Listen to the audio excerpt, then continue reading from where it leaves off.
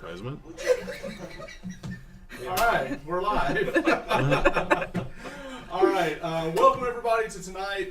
Tonight we're kicking off our first game in our new series here at the Neighborhood Studios. It is the Neighborhood Game Night, and we're excited to begin our new D&D 5th edition game. We're calling it Tall Tales and Short Stories. That title is both ironic and puntastic at the same time, and we'll figure out why in just a second. Before we get started, I just want to kind of go over a couple of house rules. We are playing D&D 5th editions. We do have a lot of homebrew content. We also have some house rules, but it's pretty much 5th edition. You'll kind of catch on what we're doing. Everything we do is fun. It's going to run really fast, really quick, and we are all about story. Speaking of story, that's me. I'm the storyteller. My name is Trevor Bradley. I am real estate agent by day, bradleyhunting.com. Check us out. Shameless plug. And at night, I am a nerdy storyteller, game master guy. So that's what we're going to be doing tonight. Before we really jump in tonight, I do want to mention one more thing. We have a huge shout out to our sponsor, Meeple Madness. They are a local gaming shop in Braselton, Georgia. The point of this whole thing is to inspire and energize people and entertain people and say, hey, why don't you go play in a tabletop game? Go check it out. Or and the big way we do that is to tell people, go check out your local gaming shop. So Meeple Madness, huge shout out to them. They actually gave us, loaned us some terrain and some custom minis that we're going to feature a little bit later in the show. So huge shout out to them. Braselton, Georgia. If you're anywhere remotely close to there, you should totally go check out the store. They also have a big event happening this Saturday, February 24th. It's like a swap meet for gaming supplies. A lot of people are bringing in gaming stuff, old books, or terrain. I saw some of the custom stuff today when I was up there, and it's really cool. You should definitely go check it out. Also, when you go by there, if you mention the Neighborhood Game Night, they may have a surprise for you. They may have a gift for you. So go in there, check it out, mention you saw this, and get your gift. We also have another fun shout out we need to do. So I'm going to pass it over to Kyle, one of our players. He has a shout out for us. Hey, I just want to shout out the Penny Arcade Expo PAX official Discord. Thanks for Twitch partnering with us. We will have links to the Discord on our social media page at some point. Yes. So, thanks, PAX. Thanks. Cool. All right. Also, big shout out to the Georgia Game Developers Association. We're on their page. We're streaming there tonight as well. We're not live on Mixer. Huh? Mixer's not live. Okay. All right. So, shout out to GGDA for all their support as well.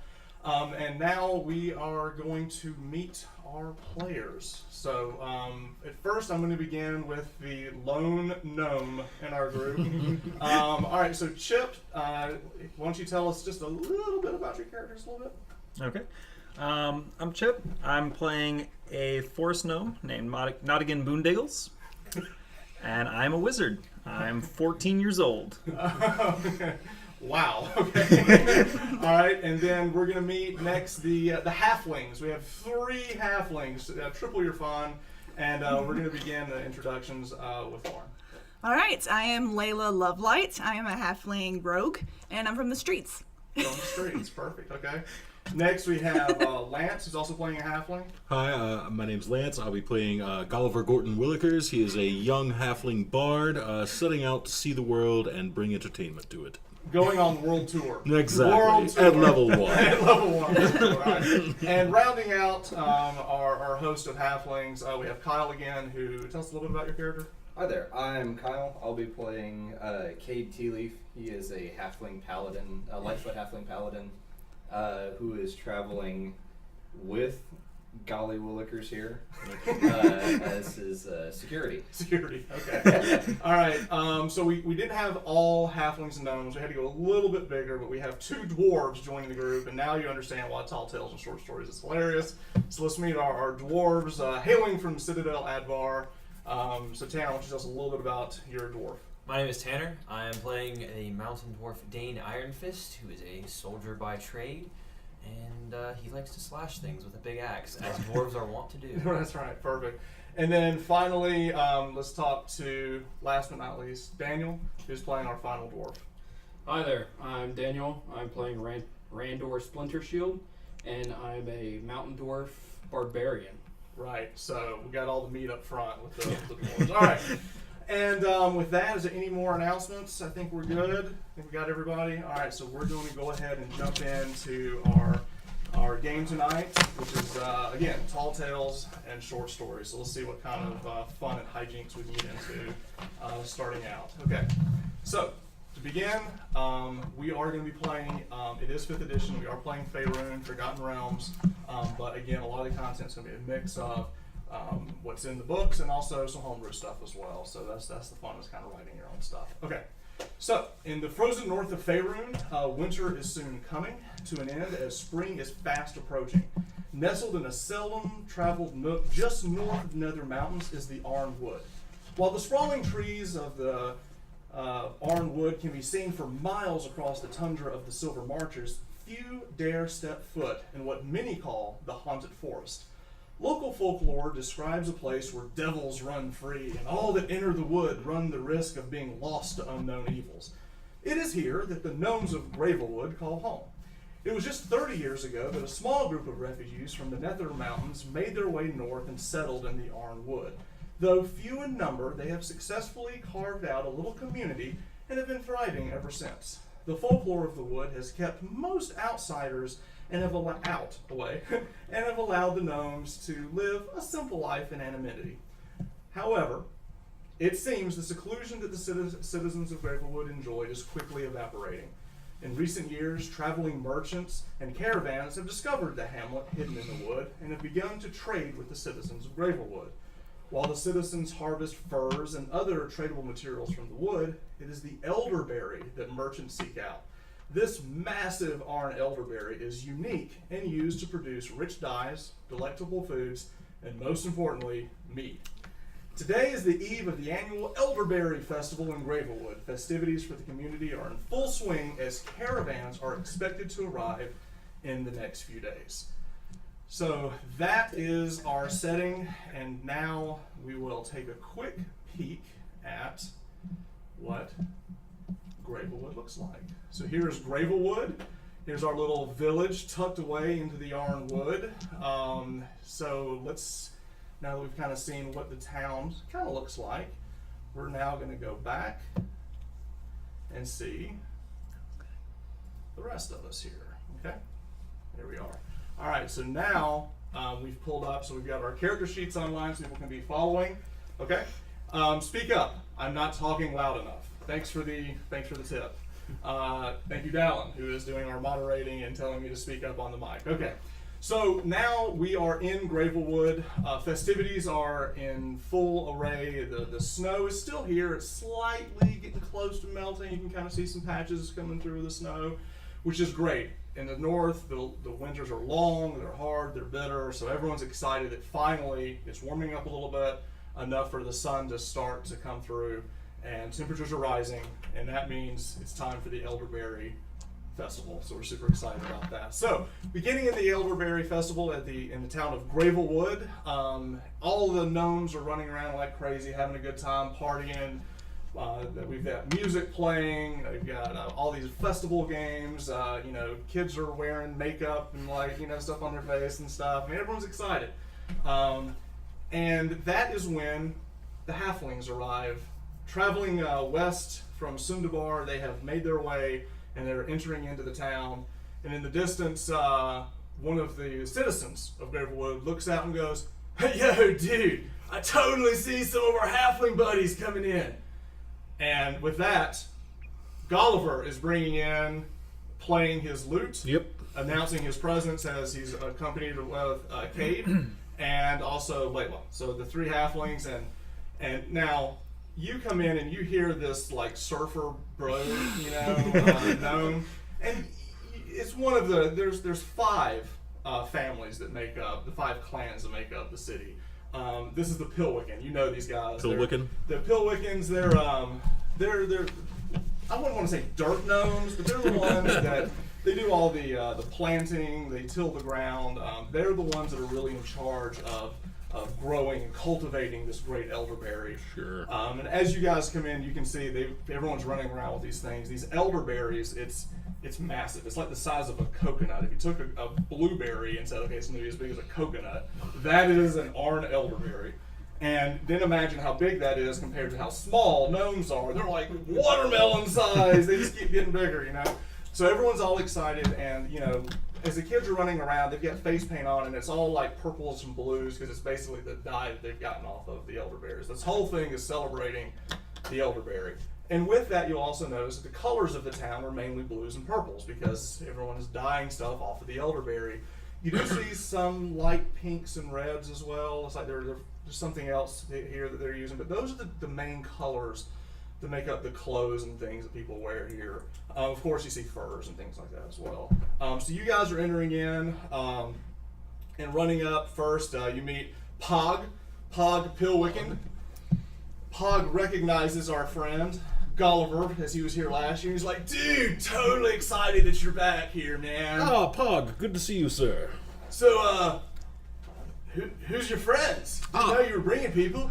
This is my friend Layla Lovelight, Hey, Layla. old Awesome. friend of mine, and this is Cade Tealeaf, a recent acquaintance. Hey, awesome. Nice stick, bro.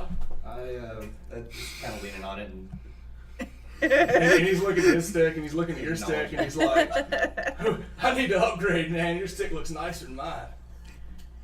it is. Well, all right. Well, come on in. Enjoy the festival. And he looks over. He goes, "Hey, Gravel!" And he's calling out. You think he's calling the town? No. He's calling out to this other gnome. Turns around, and he's wearing like a big jacket with a high collar. And he looks over. And goes, he's like, "Oh, hey!" And he kind of waves over. He goes, "Let me go invite you all over to talk you over to Gravel. He's like our mayor." Okay. So like, hey, Gravel. It's Fabble Stabble, just so you know. Okay, so, great, okay. So he comes over, and you walk over, and you see mid-age gnome. He's wearing like a cool looking hat and everything. It's like kind of coming up. He's got like a little bunny fur off the top of it, kind of goes off into the wind. And he looks over and goes, "Oh, hello, friends. Gulliver. Yes, hello. Thank you so much. I'm so glad you could make it. Y'all are a little early." I'd love to be early. I like to set up and see what I'm working with. Oh, okay. Well, not to like offend or anything, but there's another entertainer here, and now once he finishes, you're more than welcome to take over after he finishes. Absolutely, no offense taken. I love the opportunity to expand my horizons. Oh, perfect. So we kind of like booked you for like tomorrow because he's finishing up his set today. Sure. But love to have you. So Glad to be here. All right, so anyway, make yourselves at home. Now I will say that a lot of the games and festivities are going on today are really for the citizens, but they would love for you to take place in it. So we've got a lot of fabulous prizes to give out and everything if you want to play some of the games. Each clan here is like in charge of a game. They take a lot of pride in it, but you guys are more than welcome to join in. So if you want to make your way in, and I'll let everyone know that you're here, okay? And who you got friends this time? Sorry, yes. I was so taken aback that you were even here earlier. Pardon me, how rude of me to not introduce my friends. This is Layla, Hello. and this is Layla. Cade. The mayor's, you said middle-aged? Middle-aged, yeah. I'll switch over the hand and extend a hand. Oh, Pleasure to meet nice to meet you. Oh, you're one of the. Oh, you're a knight, good sir. Well, we are very welcome to have you. Knight in silver. Hey, everyone, we have a knight in silver here, and everyone turns around and like cheers to like. Yeah, and I'm You're kinda- covered in blown. I'm You're kind covered of in taking my blown. robes and So the entire village of like 30, 40 people, you know, Yeah. they're like, hey, you know. So thank you. give me a quick perception check. Sure. 13 plus perception is 14. 14. Okay, so you look across the crowds, everyone's like cheering. You see like women, children, farmers. You know what you don't see? You don't see any guards. You don't see any military. You don't see any weapons outside of like pitchfork, hoe. That's it. So Yeah. you're like, wow, y'all made it so long here. How is this possible? That's kind of your first take. You're just like, Okay. wow, there's a strong out somewhere. You know, like there's nothing here. Like, No, like no. It's, gotcha. Okay. All right, yeah. Okay. I'm gonna sit on that. Okay. I'm not gonna say anything. You just kind of recognizing. Okay. Just kind of tightening my robes up a little bit. And, I got you. Okay. uh, Very cool. Golly, what do you say we go find a game? Just to, Very good. I would like to catch up with a friend of mine before we start any festivities. And Gravel's like, and who might that be, good sir? Nottingham Boondiggle? Do you know the lad? Yes, I know who Nottingham Boondiggles is. You can find him, and he kind of points over, and you see all the Boondiggles. They look a little different.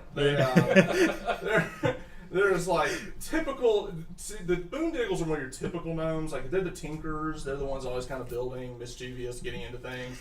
And you can see that they're working on some project. You can tell they're all like, I mean, they've got like schematics out and like, oh wait, no, it's upside down, you know. And so you see all of them, and then once you look over there, you see a smaller Boondiggle that you recognize as your old friend. I call out across the courtyard to you, hopefully to get your attention. Golly! Hello, Nod. How are you, sir? I'm great, Golly. How are you? Excellent, excellent.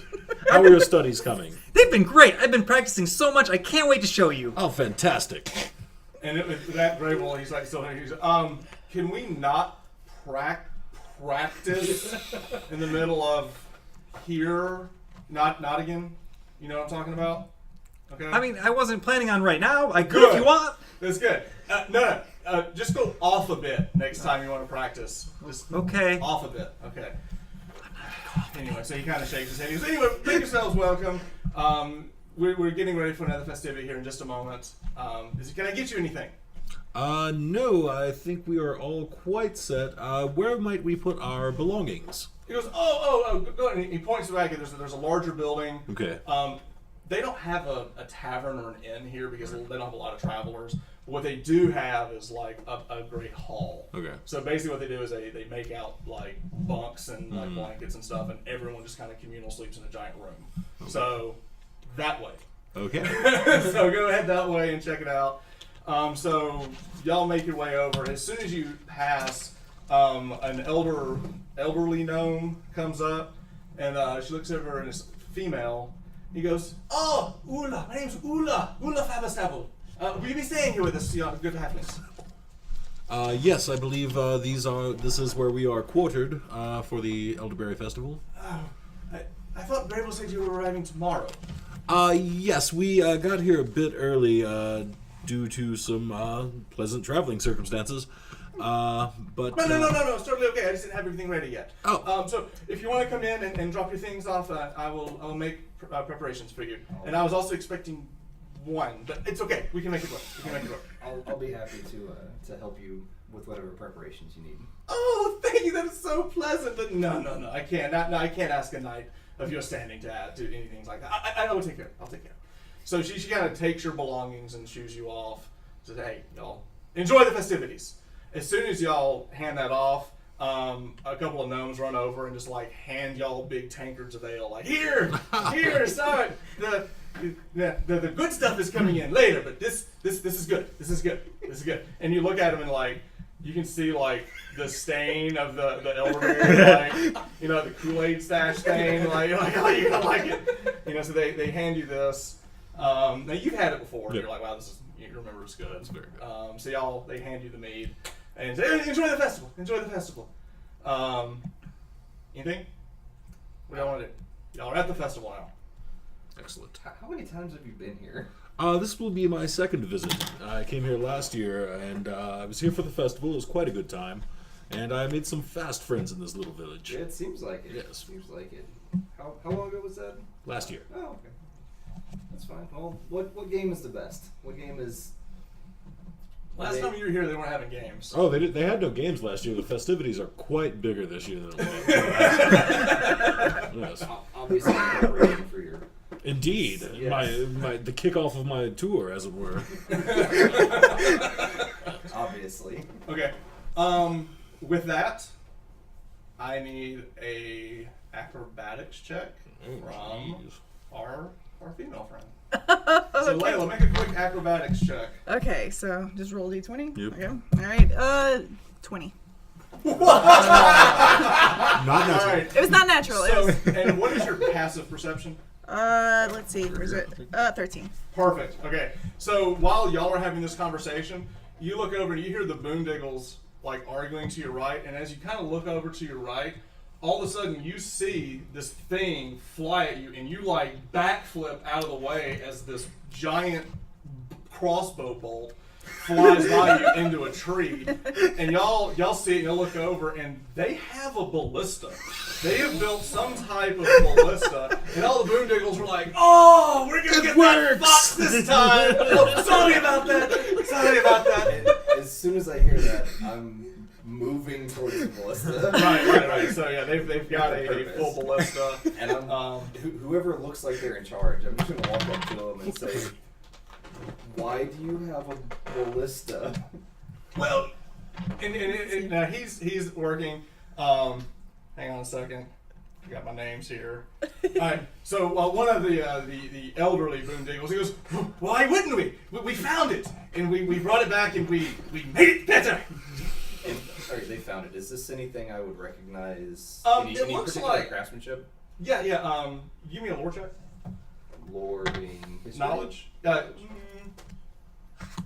Sure. Yes. It's gonna be the same for me either way. Okay. 14. Okay. It looks like a very large, maybe like orc made this thing, and they have found it. And for a gnome, it's pretty big, and they've mounted it and made it some improvements, and now it's a ballista Okay. to catch a fox. Okay. How much more ammo do they have? No, they've got plenty. They've got plenty. In fact, they've got it on like a cartridge, so they can just like load that sucker up again. Because you might need more than one shot on a fox. Is this thing like on wheels? Yeah. Is it going places? Yeah. Or They're is- gonna okay. wheel this around and shoot this giant bolt at this little target. Okay. So Golly, these are your friends? Of course. Well, some of them. Yes. Okay. He's very enthusiastic about technology. But it looks. You said it looks orc made. yeah. Originally. Okay. Where'd y'all find this? Just across the. If you look, there's like a creek behind here, and it was probably 100 yards past. We found it in snow. Okay. All right, y'all just be careful. And the boondiggles goes, "But of course we are! We haven't had anyone die this season!" Of course it's early. And they all start laughing, like, "Oh, it's an old boondiggle joke." Very funny. Alright, so you just do your backflip, you're looking around like, I just dodged a ballista bolt Right. from these boondiggles. So what do you want to do? Golly, where are you taking me? What is this place?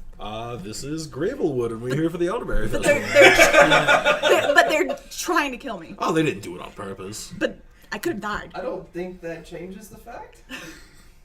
I'm sure it was an accident. If you go and present yourself, they will offer you an apology. I'm good. Okay. So with that, you can hear some horns going off, and everyone's like, "Yay!" And everyone's all excited, and everyone seems to be moving to one side of the village for the first of the Elderberry Festival games. Let's go that way. So everyone's like marching and playing and singing and having a good time, making a ton of racket, and you're like, there's no guards. There's no... Okay. There's yeah. I'm gonna probably hang back towards the back of the crowd. Okay. Far enough back to where I can just keep an eye out. Gotcha. Okay. It doesn't sit right with me that an orc weapon was found this close to a town with no guards. Nothing.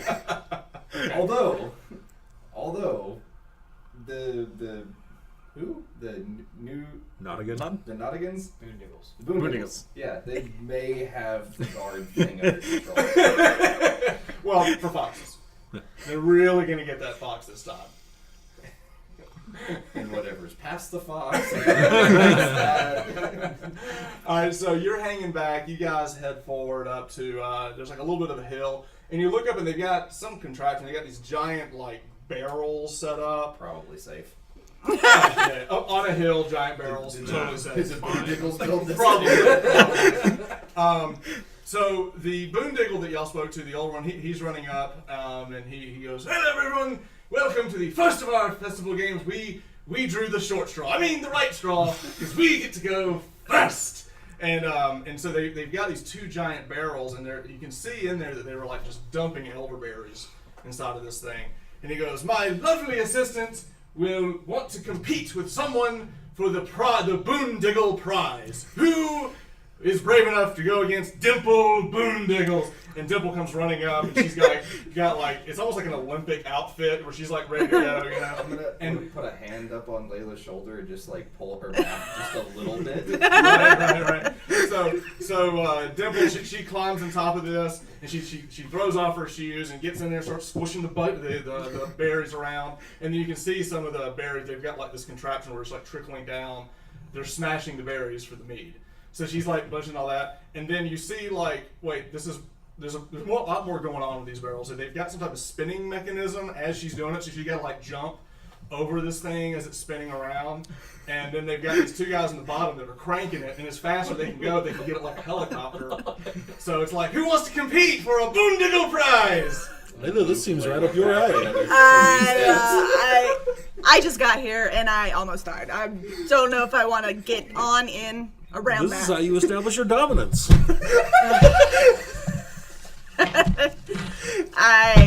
Okay, I'll do it. All right, so you like raise your hand, and everyone's like, oh, She's not from here. and they're like, yay! Everybody's like, yay, we'll do it. All right, so with that, they start like, you know, bringing you up and everything, and a couple of the ladies come and start taking off your boots and everything, and it's kind of soon, it's kind of fast. You Right. just got here. So can I just chug some of my mead really fast? Yeah, you're drinking Okay. mead and everything, and taking your boots off, and it's like, and they're like, what's your name? What's your name? Layla. Layla. And everyone's like, Okay. Everyone's As like soon as cheering. she finishes hers, I hand her mine as well. And I immediately drink it. Right, okay. All right, so yes. Minor illusion, crescendoing drum beat. Oh, yes, so we've got a drum beat going. Bardic inspiration. Have one. All right. I feel Now, inspired. how are you inspiring her? Giving her a pep talk before she goes up there. You could do this. This Okay. is all you. All right. You could do this. They don't seem so bad after all. Okay, I guess I can do All right, this. all right. So, Two drinks in, this is totally safe. so you jump feel up really there. good about it. As soon as you crawl up, they've got like this makeshift ladder. As soon as you jump in there, these berries are huge, and you're like trying to like squash them. And you're like, now I have to really put some force into this. And then you see a couple of the Boondiggles going. They're like spinning this thing as fast as they can, and you see this thing start to churn. Okay. At first, it's not a problem. You see it under you, but Right. as you smash, it's going to become a problem. Okay. Okay, so you start smashing. You start Alright, smashing. alright. She's smashing, and the music's playing. It's getting faster. And as the music gets faster, the cranks get faster. Now y'all are both going to have to make acrobatics checks. So make an acrobatics check. She will as well. Alright. 17. All right. So the blade is coming around, you jump up. You could save it. You can save it. Okay. You jump up and dodge it. You look over at Dimple, and she's like looking at you, and she jumps, and that blade just pops her, and she falls out of here and goes, ooh, ah, ooh, ah, ooh, and they stop. Are you okay? No, and they're like, ooh, that's gonna hurt. Is it a blunt? Yeah, but you know, she basically got tossed around. But she got hit by it and was like, woo, and she kind of, goes around. And they're like, ooh, and then she's like, no, I'm good. One more. So they're like, yay! So they start spinning again, spinning. Okay, so again, they start going, so we're going to do another opposed acrobatics check. All right, whoops. 13 plus 17. Okay, not a problem. You jump and dodge without a problem. She's looking at you like, ah! And she goes around the circle again, and then finally goes, okay, that's enough. So they stop it, and now poor Dimple, she gets out, and she's just like covered in blue and like nastiness. It's in her hair. She's like, hey! And with that, the head Boondiggle, Rubal's Boondiggle, comes up, and he's like, "Here you go, dear. You earned it." And they have like this like rabbit cape that they like. It's all these like intricate rabbit fur pelt that they made. They give this. Here it is. Have this gift for us for winning the prize. Oh, well, thank you very much. So, all right, so they give it to you. It'll definitely keep you warm, even though we're coming into spring, but it's still cold here. So, all right, and with that, give me 1 second. I will give you the Cape of the Winter Hare. Awesome. That is yours. Amazing. All right. All right.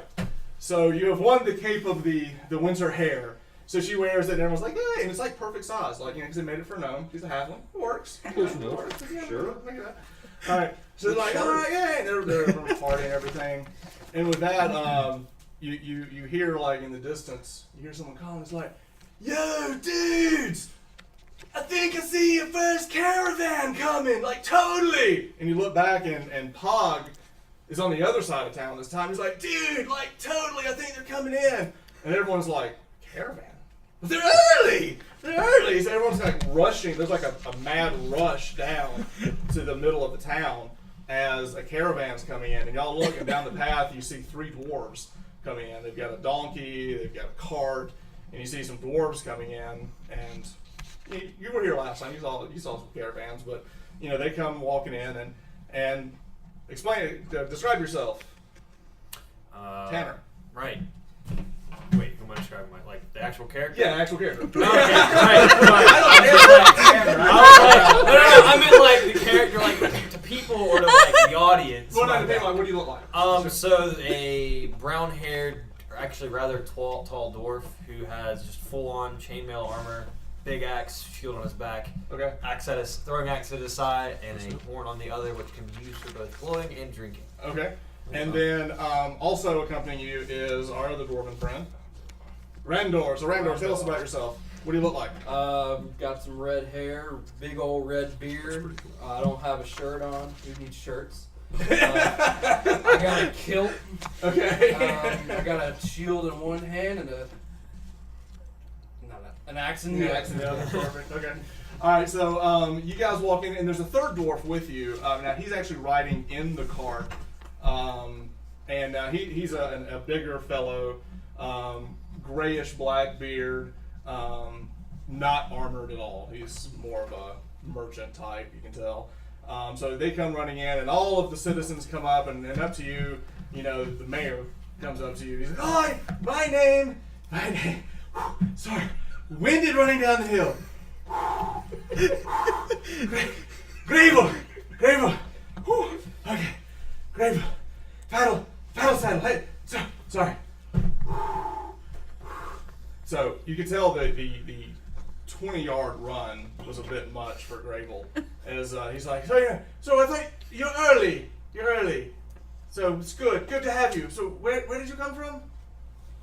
I only came from Castle Advar up the road. Oh, yes, Citadel. God, okay. Yes, well, establishment for seating and living is not ready yet, but if you'll give us a minute, go see Ula at the tavern. I say tavern loosely. It's a hall. You'll see it. It's the biggest building. Go there and let yourselves in and welcome. Just know that we really were expecting you tomorrow, but you're more than welcome to stay and enjoy the festivities. It's kind of a town festival, but you're more than welcome to be here. Is there any of that meat in the hole? Oh yes, but of course. He looks at me and goes, Ula, where is that woman? Anyway, yes, go. We'll take care of it. And as soon as that happens, you see a couple of guys run up to you with the mead. He goes, dwarves here. We brought 2 each. 2 each. Here, 2 each. Oi, cousin! Hands on back. Okay, yeah. And he's like drinking. He goes, you're right. This is good. I'm glad we made the journey for this. Where might we purchase some more? And the man goes, well, tomorrow. All of that's tomorrow. So today, festival. Tomorrow. More festival. Yes, festival. We'll talk about Is it. there any other gnomes holding a full tankard? Oh yeah. Alright, I hand him one that I just emptied literally just now, and another one. Okay. And he runs over, and they've got barrels hooked up everywhere. I mean, it's just free flow. I get under one of those barrels. Yeah. so the dwarves have come into town, bearing much gifts, hopefully. All right. So now we're in the festival. We've had our first game. You guys are here making yourselves. Y'all do end up meeting Ula. Ula walks up and introduces herself. Says, "Welcome.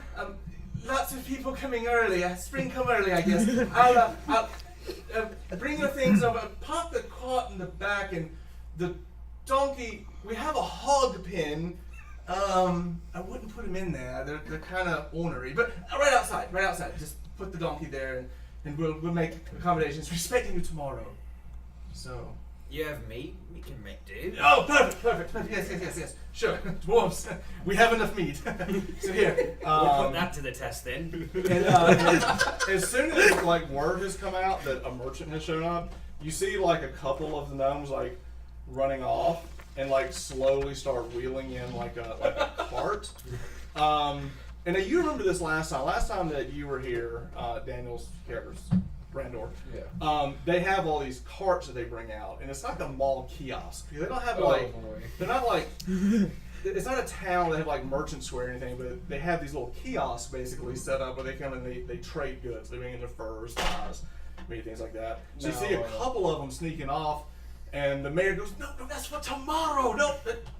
So he goes now. He's going and arguing with some of them because they're like, "There's a merchant here. We're gonna go ahead and get the jump on it," So there's a little confusion that one of the merchants has basically shown up early. So okay. Do I know from my past experience the Boondiggles?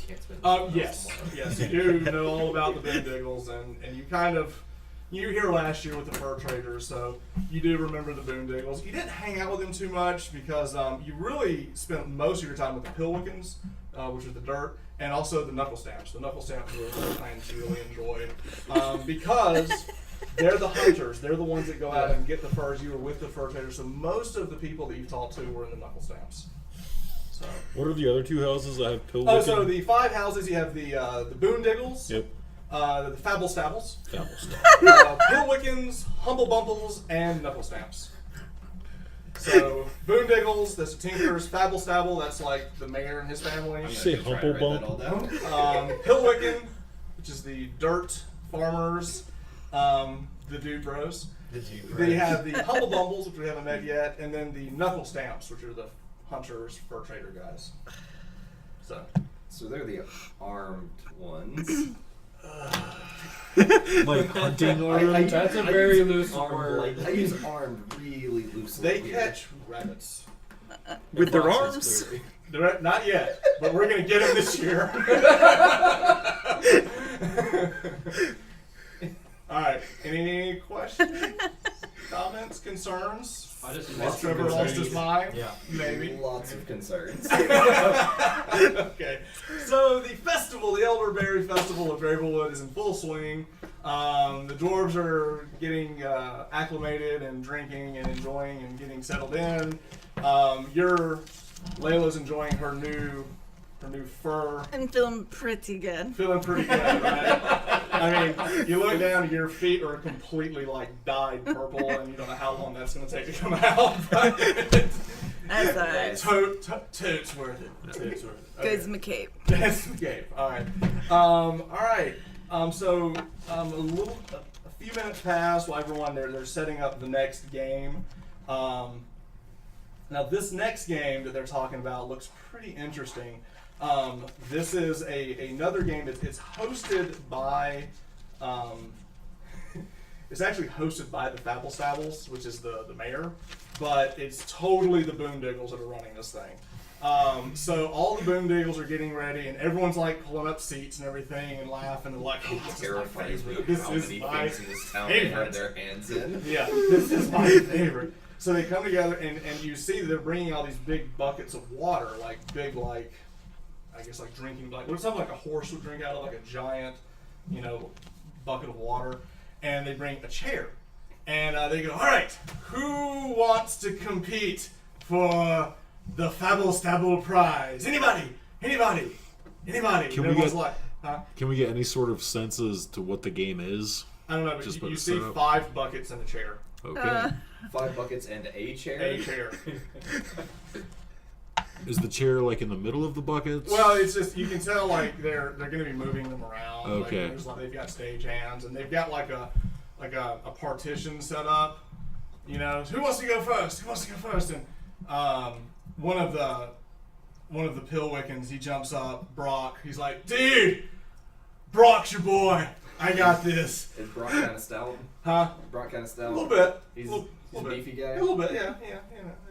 He works. Okay. He's like, dude, I'll go. And he goes behind the partition, and all the Boondiggles come out, and everyone's like, yay! And the Boondiggles like, shh. So they start moving the buckets around, and they start moving the chair around, and they're making sure that Brock can't see. And they're like, okay. and then they all start to cast a spell, and they cast illusion spells on all the other buckets and make them look like chairs. All right, bring him out! And Brock goes, dude, he looks around, he's like looking at all the chairs, and he's like, all right, I gotta figure out which one this is. He's like, huh, you totally tell with the ground, man, y'all miss this.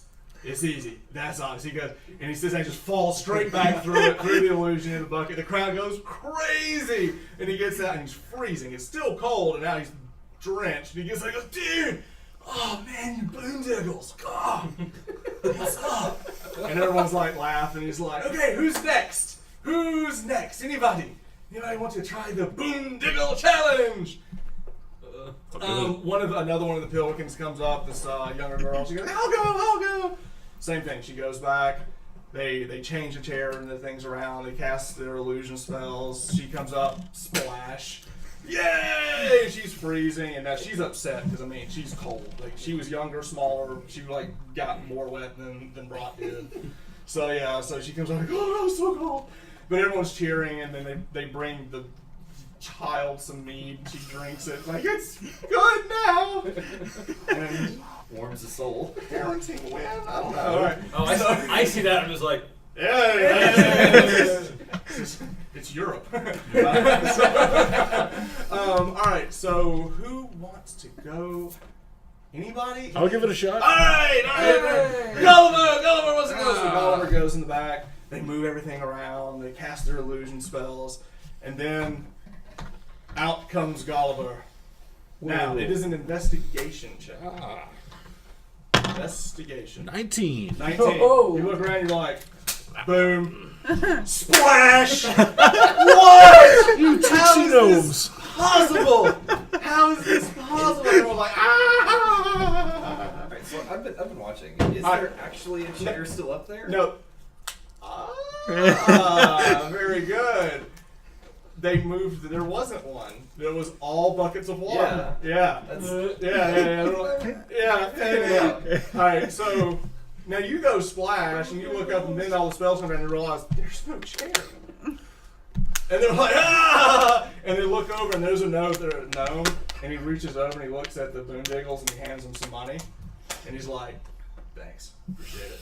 So some gnome you see over there, and he's got this giant hat and this ridiculous feather coming out. His hat is as big as you've ever seen. It's freaking huge.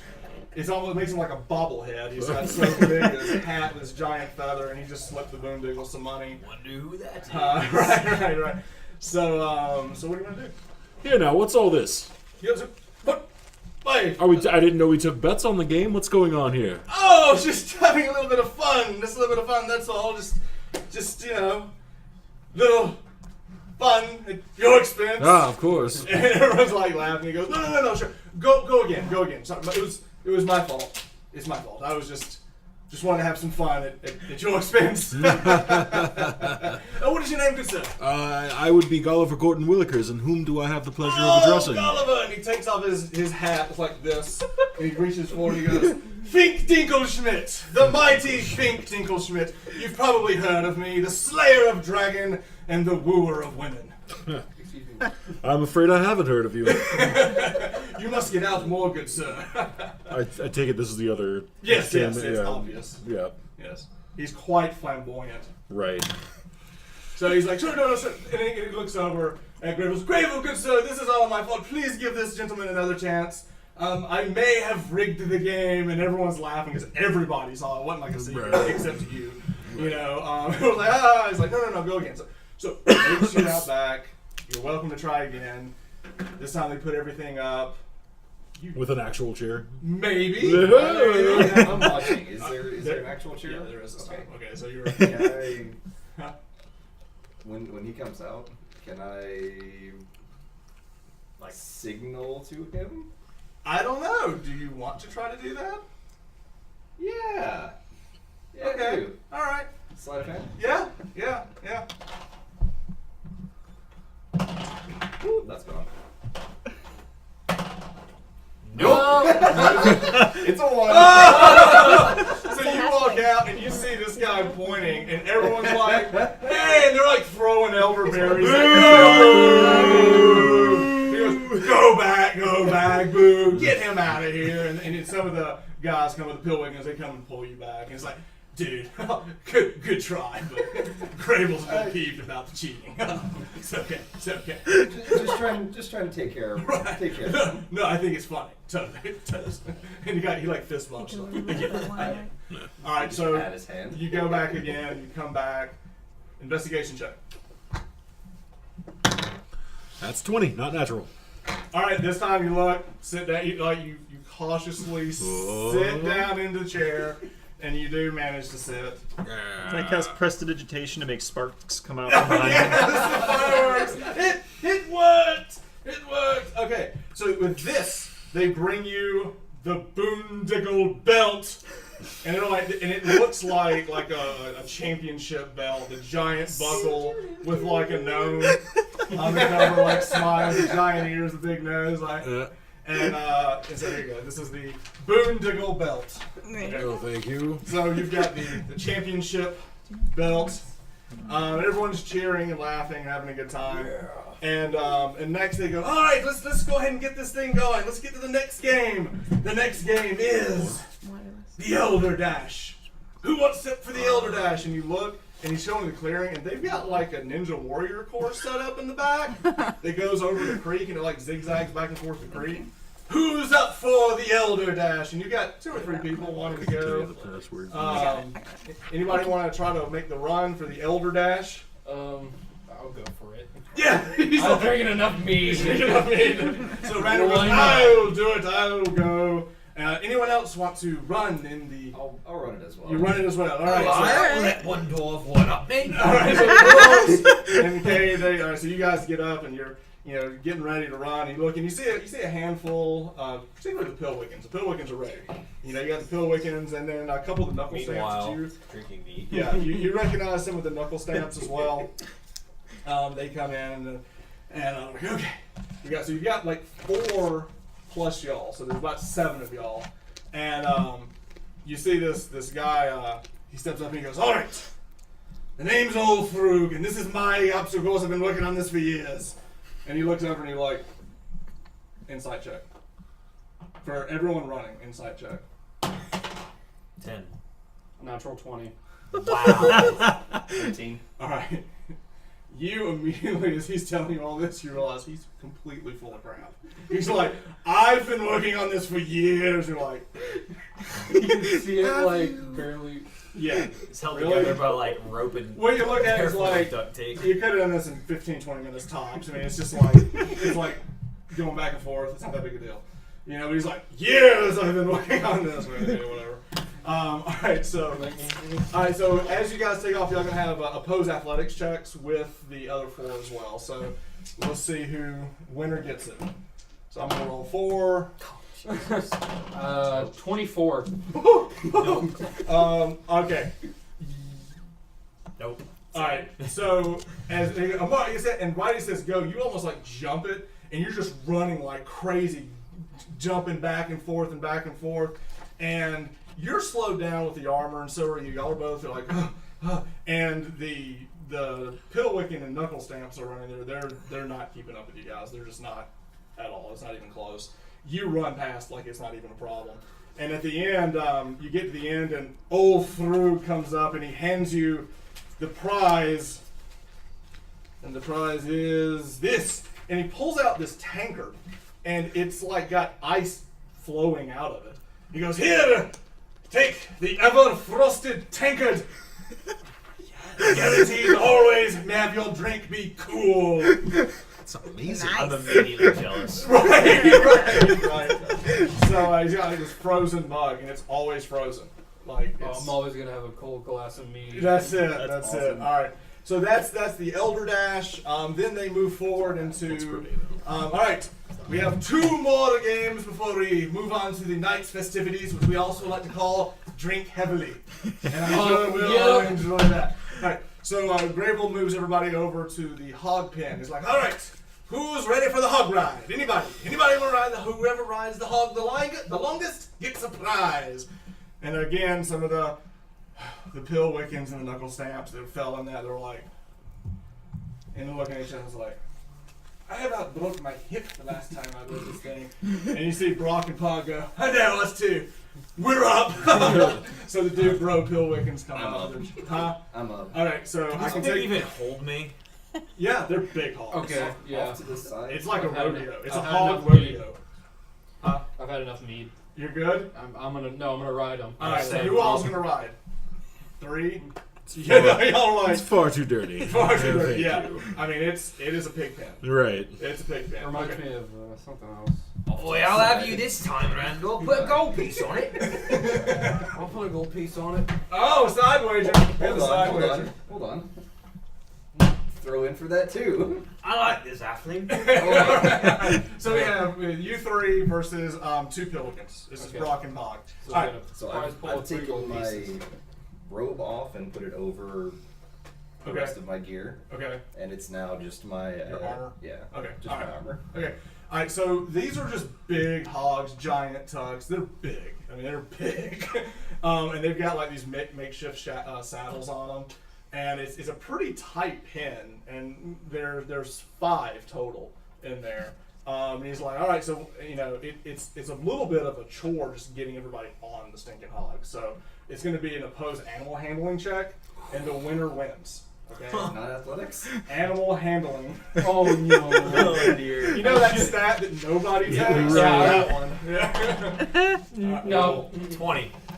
No! Not that. 19. But a 19. No! I got a 3. I Got a got 10. 10. I got a 3. Okay, so you're like, so Randor gets on, he's got his tanker, and as soon as the bell sounds, the boondiggles over there are like shocking the rears of the hogs and making them mad. Of course they are. They're like shocking them with these little like this really minor like spell like stack tap tap tap, you know.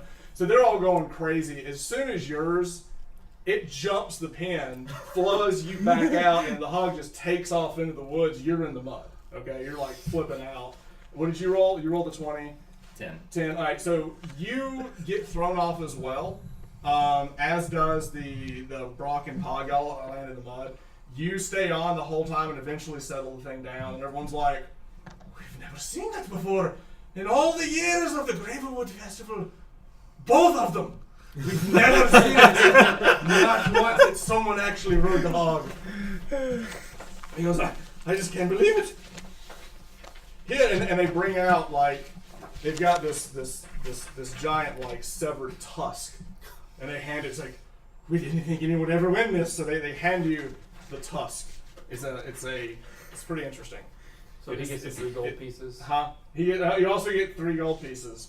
Pretty solid. Yeah, it's a horn. It looks like it's like a carved out hog horn. Pretty solid. Hog horn. Hog horn. Yeah. Right. Okay. All right. And again, Brock and Pog was like, dude, way to go, man. They're like covered in mud, you know. And even though they're covered in mud, it's not that much different than what you met them with. It's just a little bit dirtier, you know. And now finally, the final thing we're going to do is not a game as much as a performance. The great performance of Fink Dinkelschmidt, and everyone's like, ooh, and everyone just runs down the hill. Think Dinkle They've got a stage set up. I think they said Fink Dinklesmith. And he's finishing, it's the 5th part of his epic ballad. He's finishing it. He's been here all week performing. We cannot wait to hear how this ends. It's going to be incredible. You have any ballads that are 5 parts long? I'm working on that. right. All right, so all of the citizens of Gravelwood, they all start getting together. They pull out the seats and everything. There's on the south end of the village, there's like a small hill that has a crest at the top they've cleared. They've made like a makeshift stage up there. It's mainly like boxes that they kind of connected, you know. And they all get up there, and it's funny. Everyone's like running down there. The women of the town are like already there. They didn't care about the hog, whatever. They were like front and center. Fink's gonna finish his ballads. So they're all wearing like their Sunday best, you know. It's like from the front to see what Fink has for them. So everyone kind of goes around and gets seats, and everyone's got a fresh mead and everything. as Fink gets up there, and you can see him. He's like preparing himself on the stage and everything, and you can tell he's like, get into character. Get into character. What a hack! What a hack! All right. So everyone is at the town, and let's see. I've got a little stage. Could you put him on there for me? Okay. All right. All right. So we're gonna go to the map for just a second. Okay. He wants to go and put our characters on. Yeah, you can just put them all up on that. There's like the center stage you've got up there. Okay. So everybody, Put me up there next their to guys you, around but him farther back. as Fink. Now there's a lot more people there. We're not going to put all 30, 40 people. Just get the group up together. Okay. So everybody is circling around, getting ready to hear the end of his tale. So he gets up there and he straightens his hat. He looks out over the crowd. His cape billows in the wind. There is no wind, but it billows. It just billows. And he sits there, and then you can hear this music begin, this epic music that has like this grand orchestra. There's no orchestra, but he hears grand music, and he kind of adjusts his hat, and he goes, and there I was. And he looks over and he looks down at the women, and they're like on the edge of their seats because this is the finale of his epic tale. And he goes, and there I was. I can't believe it has been already 5 years since this happened. Since the day that I faced down and fought the mighty beast. And they're all like on the edge of their seat. And then he pulls The out dwarves look at each other. he pulls out his sword and he goes, thrice I have fought dragons and thrice I have won. But this would be the true test of Fink Dinkelschmidt. And when he says that, the women swoon. They're like, oh, and the women swoon. And he takes like a fencing position. And as soon as he does that, you can see him like throw his hand up and yeah, in the distance. And you can see that, you know, he's spinning his hand, he's spinning his hand, he's spinning his hand as he's casting a spell. And he's getting ready to fence. And he goes, and there in the distance, I saw her. The most evil of evil. The most monstrous of monstrous. Her wings huge as, and if you could put Tiamat on the map for me in front of, yes, so we're, They're out of work. Oh, yeah, just in the distance there, as you see the mighty, bring it a little closer into the view for the camera. Put it on this side. There we go. Or, yes, as he's fighting the mighty Tiamat, and everyone are looking and they see this monstrous dragon come up, and you see it's Finkel Dinkelschmidt. Finkel Dinkelschmidt is a funny name. As he pulls out his rapier and he begins to levitate over the stage, and he's beginning to level it up. And then you see him like starting to fight and fence Tiamat. All 5 heads of the dragon queen. Yes. I'm gonna use one of my divine sense. Is this guy evil? Or just full of himself? He's not evil. Okay. He's not evil. So you go ahead and mark that Yeah. off though. Okay. All right. So you don't sense. He's just. So he begins fencing, and he's having this epic battle with this illusion of Tiamat that he has created. He's fencing, and every time that Tiamat goes in, he goes in to parry, and every time he parries, the children go yay! And then he counters and he thrusts forward, and all the women go yay! With every parry, a cheer. With every thrust, a swoon. As he begins to fight back and forth with Tiamat in this battle. I mean, it's like pyrotechnics going off and everything. And then he's never seen anything in his life that wanted to. So he's fighting it back and forth, and then in the middle of it, he kind of breaks the fourth wall and looks at the crowd and he goes, and it was at this moment that I knew that I was not going to be able to beat Tiamat unless my friend Bahamut, and he summons his friend Bahamut comes up behind. That was good. Where was that? So it's in the screen, yeah. So his friend Bahamut comes up, and then you see him like hover over and like sit on top of Bahamut and begin fighting back and forth with Bahamut versus Tiamat in this grand story. And all the gnomes are going, yay! And they're all clapping. Everyone's having a good time and everything. And finally, his final blow, he reaches back. He throws his rapier, and it goes into the heart of Tiamat, and he falls to the ground. Now the rapier, he kind of times it. It's obviously rehearsed that as soon as it goes through, like the illusion falls to the ground to wherever that's the rapier is landing. And then the rapier lands in the ground, and then the illusion of Tiamat vanishes. and the crowd goes crazy, and everyone's like cheering, and he's bowing, and everyone's like, "Wow, it's incredible!" Stronger drink. Huh? Gonna get a stronger drink after watching that. And it is at that point he goes, and that is the ballad of Fink Dinkelschmidt, the day that Tiamat her match. And everyone goes, yeah! Alright, and with that, he comes off he goes, and I do have one signed copy left of the ballad, and he's holding up this big, the ballad of Fink Dinkelschmidt, the day Tiamat her match. Would anyone like a signed copy? And all of them are like, ooh! And they're all like, can you personalize it? And he goes, oh no, yes, it's all about dragons and all the lore that I've learned about fighting dragons. I'll begin at 3 gold. And then when he goes, oh, 3 gold, he goes, 4 gold, 5 gold. And then it stops for a second. Does anyone want to bid more than 5 gold for this excellent tome of the story of dragons? 5 gold going once. Anyone? Do we have gold? Yeah. We didn't. Whatever you started with. Yeah, whatever you started with. Anyone? No one? 6 gold. Oh, from the dwarf, 6 gold. Anyone else? And we're like, oh. And she's like, 6 and 3 pence. 3 pence. He goes, 6 and 3 copper. And he 7 gold. Ping him a gold piece. I want to see what's in that rubbish right there. 7 gold. 7 gold. And then the lady goes, he starts crying. He's like, no. And she goes back and like, so then he marches over and he hands you his tome and he goes, it's a signed copy. One of a kind, except for the other 5. And with that, he looks over at Gulliver and goes, Gulliver, I believe the stage is yours. I believe it will be. Yes. I cannot wait to see your story. I'm sure it will be grand. I'm sure it will be. And he goes, and if you need me, I'll be with these ladies in the tavern. And with that, like a couple of ladies go with him, and he leaves. So, so Golly, I've been practicing, but I don't think I'm ready to make dragons for you yet. Oh, that's all right. His story was rubbish anyway. If he met Tiamat, he would be cinders.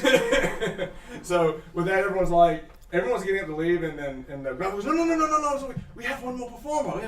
Please, Gulliver, tell us your tale. I'll take the stage, and I will begin a slow ballad, almost a dirge, and tell a story song about the devils of the Arnwood. Ooh, the devils of the Arnwood. Ooh, Yes. That's wonderful. Yes, what is the story? It is a story? It is I'd a like to story. minor illusion a drum beat for him. Oh, the drumbeat. Yes. Yes. So I tell a story of children frolicking in the wood, playing as gnomes are wont to do, Yes. and they come upon a coven of devils in a circle in the wood, performing some unholy rite. Ooh. The children are captured by the devils, but they are Ooh. saved by a fearless gnome knight. Oh, the gnome knight. Yes. Was it pink? It was not Fink. I said fearless, not witless. Everyone laughed. And at the end of the story, the knight delivers the gnome children back to their parents with a stern warning not to play near the devils of Arnwood. Oh, and with that, Griffin goes, oh, fine! A fine tale, a fine story, and one we should all adhere to never venture past Juniper Falls. Absolutely. Never venture past Juniper Falls. And all the children were like, yes, we know. No, we talk about this a lot. Don't go past Juniper Falls. And they're like, okay, we know. No, seriously. Do not go past Juniper Falls. Okay, okay. And then one of the kids goes, isn't the grove that we catch the berries at past Juniper Falls? That is an exception. Other than that, we do not go past Juniper Falls. And the kids were like, oh, okay. The grove they what? They grow the elderberries in. Yes, but other than that, we do not go past Juniper Falls. Or the devils of the Arnwood will get you. And like, oh, and now. And he looks over and goes, Old Frug! And old Frug comes up, the guy that was obviously lying about the obstacle course. He comes up and he's got his staff and he goes, now would you regale us of that tale? And all the women go, no, not that tale. And the women are like, no. He goes, no. We need to tell it at least twice a year. So we make sure that we remember. And they're all like, no. And then like the kids are wanting to leave and the women are like, no, you need to hear it. He goes, no. So old Frug gets up. They bring a chair up on the stage and old Frug sits down and goes, well, And falls into a bucket. Huh? This was a real chair. He sits down and he sits down and he goes, well, I'd like to tell a story. And I can't hear, but... And he reaches over and he pulls up like this horn and sticks it up his ear. He goes, y'all want to hear the story? Yes, of course. And the children are like, no. He goes, nah, I'm not telling you. So, it was 30 years ago that we traveled down from the Nether Mountains and we settled here. But something followed us. And they're like, no, don't tell it. Don't tell it. The kids are going crazy. He goes, no, we must. We must tell the story so that we remember that in the coldest of winters. And they're like, shaking their head, and he's like, the winter warg, and they're like, no! They're like, the sound of the children screaming, the women wailing at even the sound of the winter warg. They're like, no, don't tell me. He goes, no, it's true, we need to remember that in the coldest of years, he will travel down from the mountains, and he's looking for young gnomes to put into his stew. And they're like, no, don't tell again. And then it was and every time he says winter warg, you hear babies crying, and one of the maidens faint, like, on cue. He's like, the winter warg, like, oh, out. He's like, oh, the winter warg. And they're like, no, don't tell the story. So he continues to tell this story, and it just goes on and on and on about how every few years, people turn up missing, and there's stories about how this winter warg comes down and steals, and the crux of the story is like for the children not to travel out too far, and you can kind of tell this whole story, true or not, is more about keeping the kids close to the village, but you can just kind of tell, like, you kind of sense the same type of insight that you caught earlier about the years it took him to build the obstacle course. There's a little bit of embellishment here. But a lot of it is the Gravelwood boogeyman. They tell their kids, don't go out at night or the winter warg will get you. And even when I just said it out of character, somewhere a baby cried. So, it's like on cue. So he tells that story, and it's beginning to get dark. And all the kids are like, I don't want to go to bed ever. I'm like, no, we must. I don't want to. So they all get the kids together, and it's one of those things that's like, we all were having a good time until old Frug got up and had to tell the story again. So it's the perfect mood killer. That all the guys were like, me time. Yeah. They light the fires and they're having a good time and everything. Dane, give me a perception check. Nope. What is it? 8. What is your passive perception? 13. No, failed. Okay. All right, so you guys are all getting together now. Where the stage was, they set up a bonfire. Y'all can remove the dragons from the mat. Yeah. So they set up a bonfire, and most of the people around, and as they're getting drinks, as it's getting dark, Brock and Pog go, "Hey guys, nice to see y'all. We'll see y'all tomorrow. We got grove duty tonight, so gotta keep those foxes out, Okay. You're watching for the foxes. Yeah. We can't get the ballista thing over the falls yet, but we like to go out there tonight. So that's the Elderberry Grove past Juniper Falls. Yes. Do you go out there by yourself? Well, no, it's me and Brock. So it's like two of us, one to be crazy, but two, we do it all the time, bro. So. Are you armed? Huh? Oh yeah, I got the stick. He's got his hoe. It's just foxes.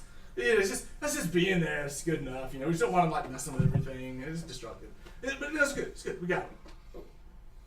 Okay. So don't worry. We'll see y'all in the morning. You'll have a good time. We'll be out. And he looks over. And he's like, "See you, dudes." And they head off to the grove. So anything y'all want to do tonight? Y'all just sitting around the fire, drinking, having a good time? I'm gonna with these guys. I'm gonna thumb through that tome and see how much of it is utter BS and how much is Almost all of it. There's a lot, just thumbing through it, it's a lot of stories of his travels around Faerun about fighting some cult, and there's a lot of information on it about chromatic dragons. Now, whether or not the stories are true, there's a lot of good information in there about chromatic dragons. So, if someone were to have this, they might get a bonus to knowledge checks on chromatic dragons. Okay. So it's not. I'm gonna tear out all the BS pages. And now it's a pamphlet. This 100 pages is it's like this. All right, so you guys were kind of going through that, so I guess y'all are kind of going through the book, and you know, he's got a flair for writing, a flair for dramatics, but there's a lot of solid information in there.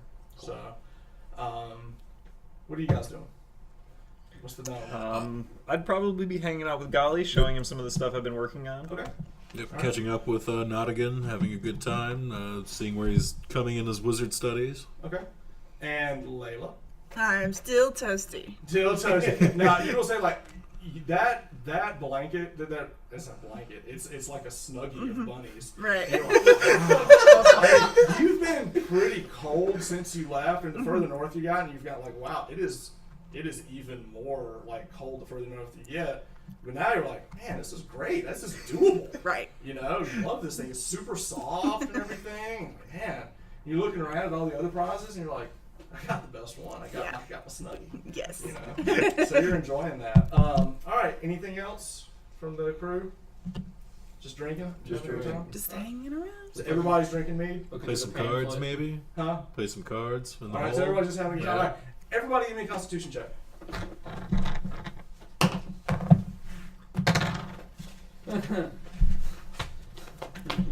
You got 8.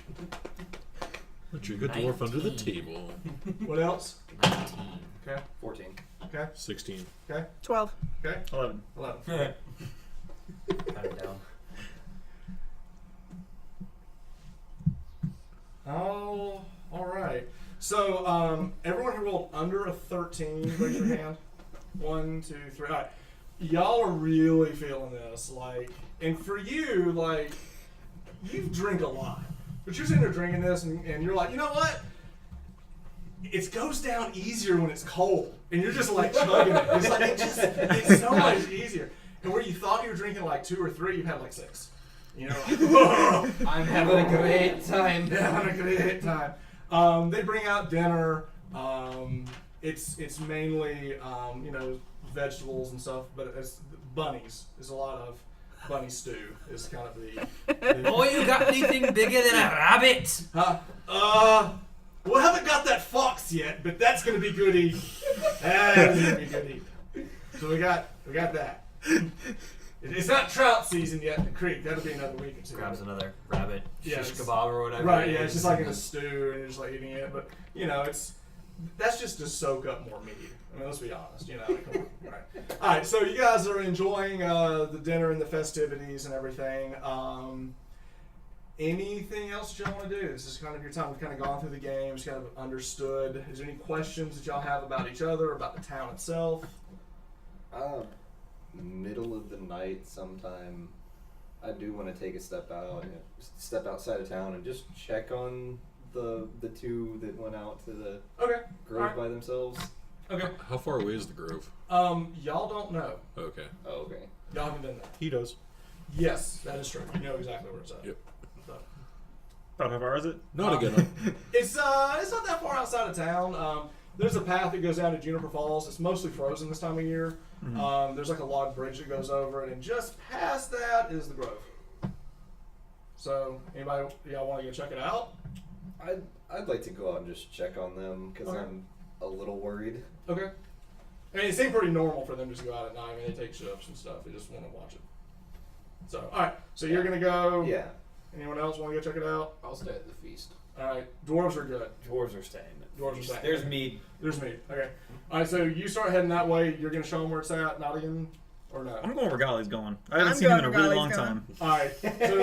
So, I suppose we'll go with it. all right. So the halflings, the gnome, y'all start making your way down the path, and passive perception. 14. 11, I think. 12. 13. 14. Okay.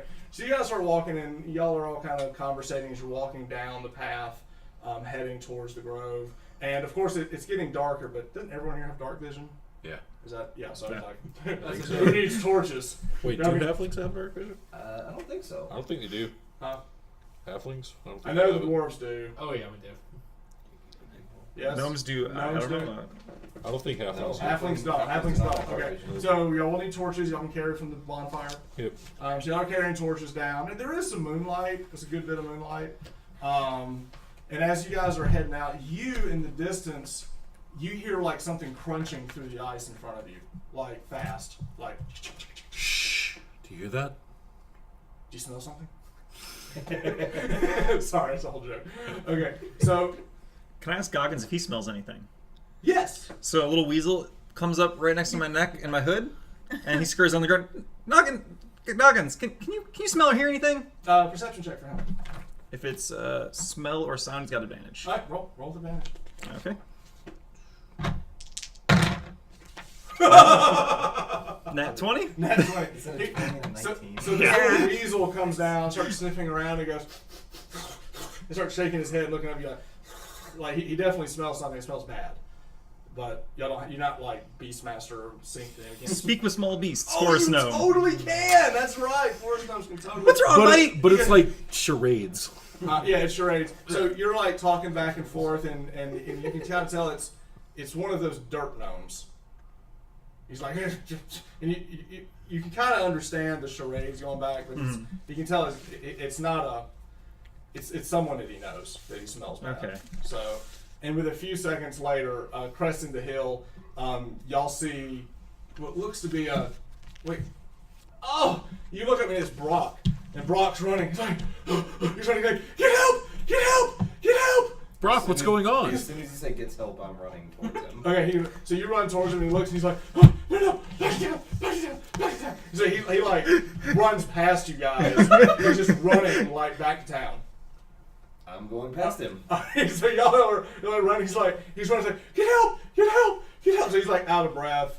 You know, we've already seen that this guy doesn't have a lot of endurance when it comes to running. So he's running. He's like, dude, we need to get help. We need to get help. It's Pog. Pog's in trouble. We need to get help. You go get help. We'll go help Paul. No. We gotta wait on Gravel. Why? Because there's something out there. There's a lot of things. There's a lot of them. We need help. Get help. Where are those dwarves? No. Think. We'll get Think. Dude, we totally should get Think. Think cannot help you. No, wait. Dragon. No, he didn't. Yeah, he's like, running. He's running. So he's like, come on. So y'all aren't that far away. He comes running up to town. He looks and he goes, where's Think? And from the great hall, you see some women go. He goes, I think someone's calling for you. And you see Fink coming out. And he's putting his jacket back on and he's fixing his hat. He goes, yes, what is it, dear? And Brock goes, oh, good Fink. Oh, we need your help. But Pog, a lot of things like giant things like wolves. They came out attacking us. But yeah, he got bit. It was pretty bad. But he said, go get help. And I was like, dude, totally. He's like, dude, go. And I was like, dude, I can't. He's like, dude, go. And he kind of goes back and forth. You kind of get lost in the dudes and goes and walks. While he's doing that, I fetch the dwarves. Huh? I thought you were going up. Y'all were back. He's back to town. Y'all weren't that far down. So you go. The dwarves kind of hear some commotion. He's like, he's kind of like hyperventilating with the dude. And he goes, dude. So here's the deal, okay? So Pog got hurt, and then like he said, go get help, and I was like, well, I don't want to leave. And he's like, dude, I got it, go. Boy, spit it out then. Okay. So anyway, so Pog cast a spell to make himself look like a rock, okay? And then I ran to go get help. Yeah. And so then the wolves chased me, but when I got to Juniper Falls, I was like running, and I looked behind me, and the wolves were coming. And as soon as I crossed Juniper Falls, I could totally see those wolves looking. He's like, bruh, I'm not going across that. And he's like, bruh, me neither. I'm not going. And the wolves like totally backed off. All right, Which is a time good to thing. bring Which is their a good pretty thing. friends with me out. Listen, here's the deal. Dude, bro, dude. I hand him a thing of mead and we'll start walking away. I start drinking. Okay, all right. Now here's the thing. The illusion, it's gonna work, but it's not gonna pass the sniff test. If you know what I'm saying. It's just totally not. So if they go back, but that's why we got Fink, right, Fink? And Fink's like, you're right. Gather around, everyone. We have a problem, and fate has smiled upon us. I think Diegelschmidt. Oh, shut up then! Dwarves are part of this. I'm glad you're here. I will volunteer to stay here and guard the women and the children while our dwarf go and face the danger. Kill those rabid canines. Of course you right lying And pansy. as soon as he Come said that, on! the women are like, yay, Fink is here to protect us. Don't speak for all the women. I'm not impressed. Okay. The gnome women. Okay. Gnome. So Fink has has volunteered to stand guard over the town while you dwarves go do your dwarf goodness. Oi, cousin, stay here and make sure this lying little one doesn't leave out of fear. And Brock looks over, he's like, dude, there was like a lot of these things. Alright, so you might take both of you. Just saying. I said cousin, not this one. There's 3 of us. You Count. all look alike. Sorry, bro. Sorry. Didn't mean to offend. But yeah.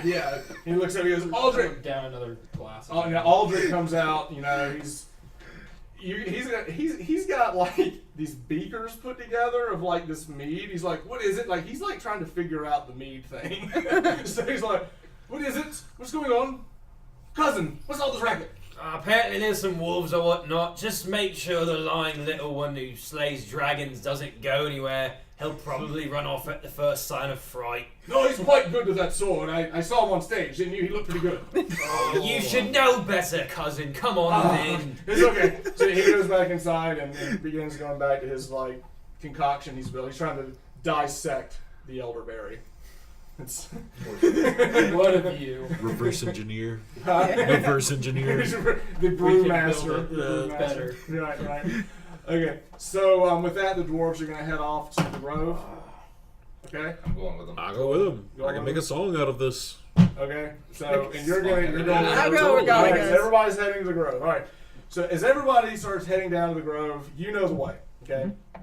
You go across, and it's not that far. It's like half a mile.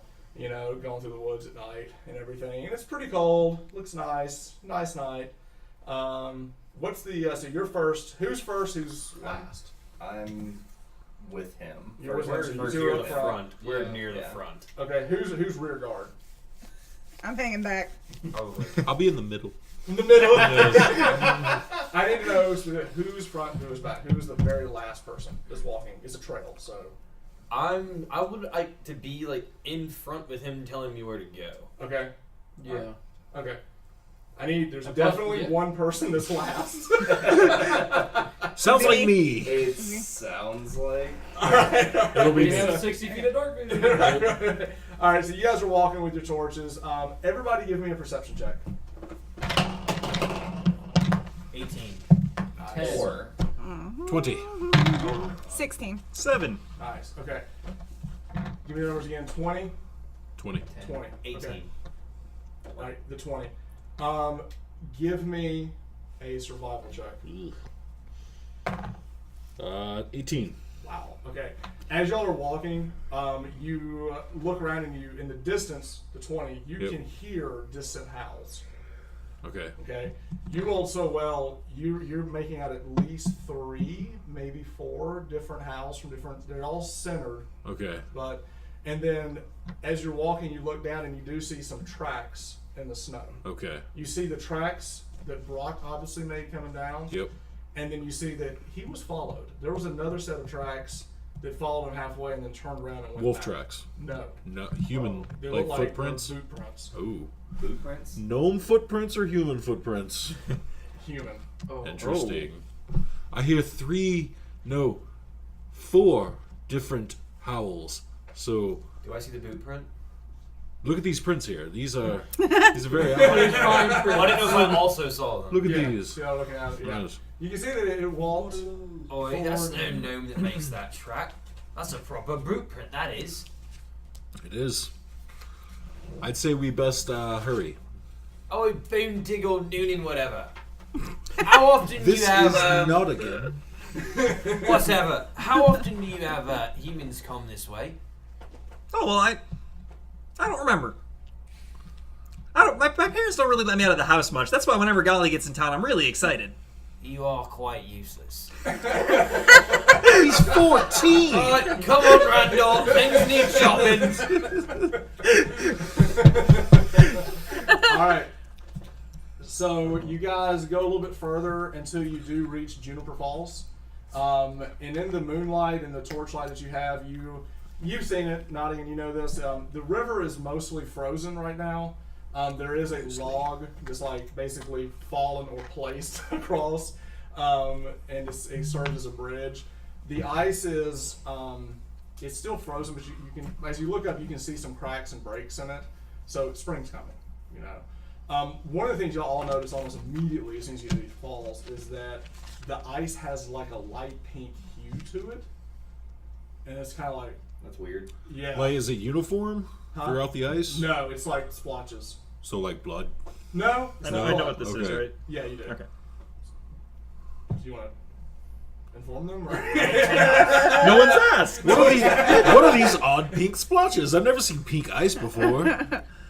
Oh, that's moss. My mom uses it to cure everything. Moss. Yeah, Everything? everything. You got a cold? Moss. Broken leg, moss. Moss. Yeah. I think you're getting it. Off. You're getting Moss. it. According to my mom, at least. It's a moss then.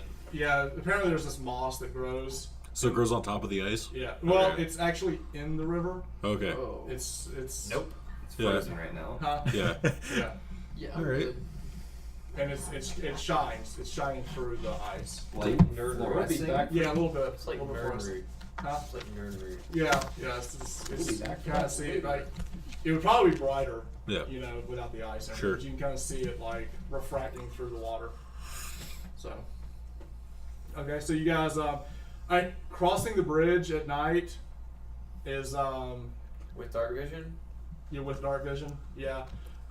Everybody needs to make a check to get across the bridge. Nice. What is it? Now this is one of those things that can be athletics or acrobatics, whichever one is better for you. 24. Nice. 10. You're okay. 20. You're okay. 12. You're going slow. 19. Good. 9. 9. Okay.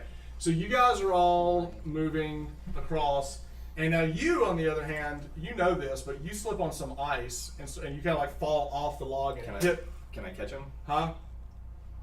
Can Sort of I like catch a- it? Yeah, with the doors are up front, can we try them? I would have been near him as well. I mean, he hit a 24 and he's right next to him. Okay, because you rolled so stinking high, I'm gonna give it to you. So you see him slip and start to fall. You just reach out. You just reach out and grab him and just like throw him over your shoulder. You know, because I mean, gnomes are small and he's a child. You're just like, come here.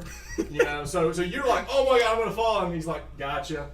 You know, so you get across, but you're being carried like a child.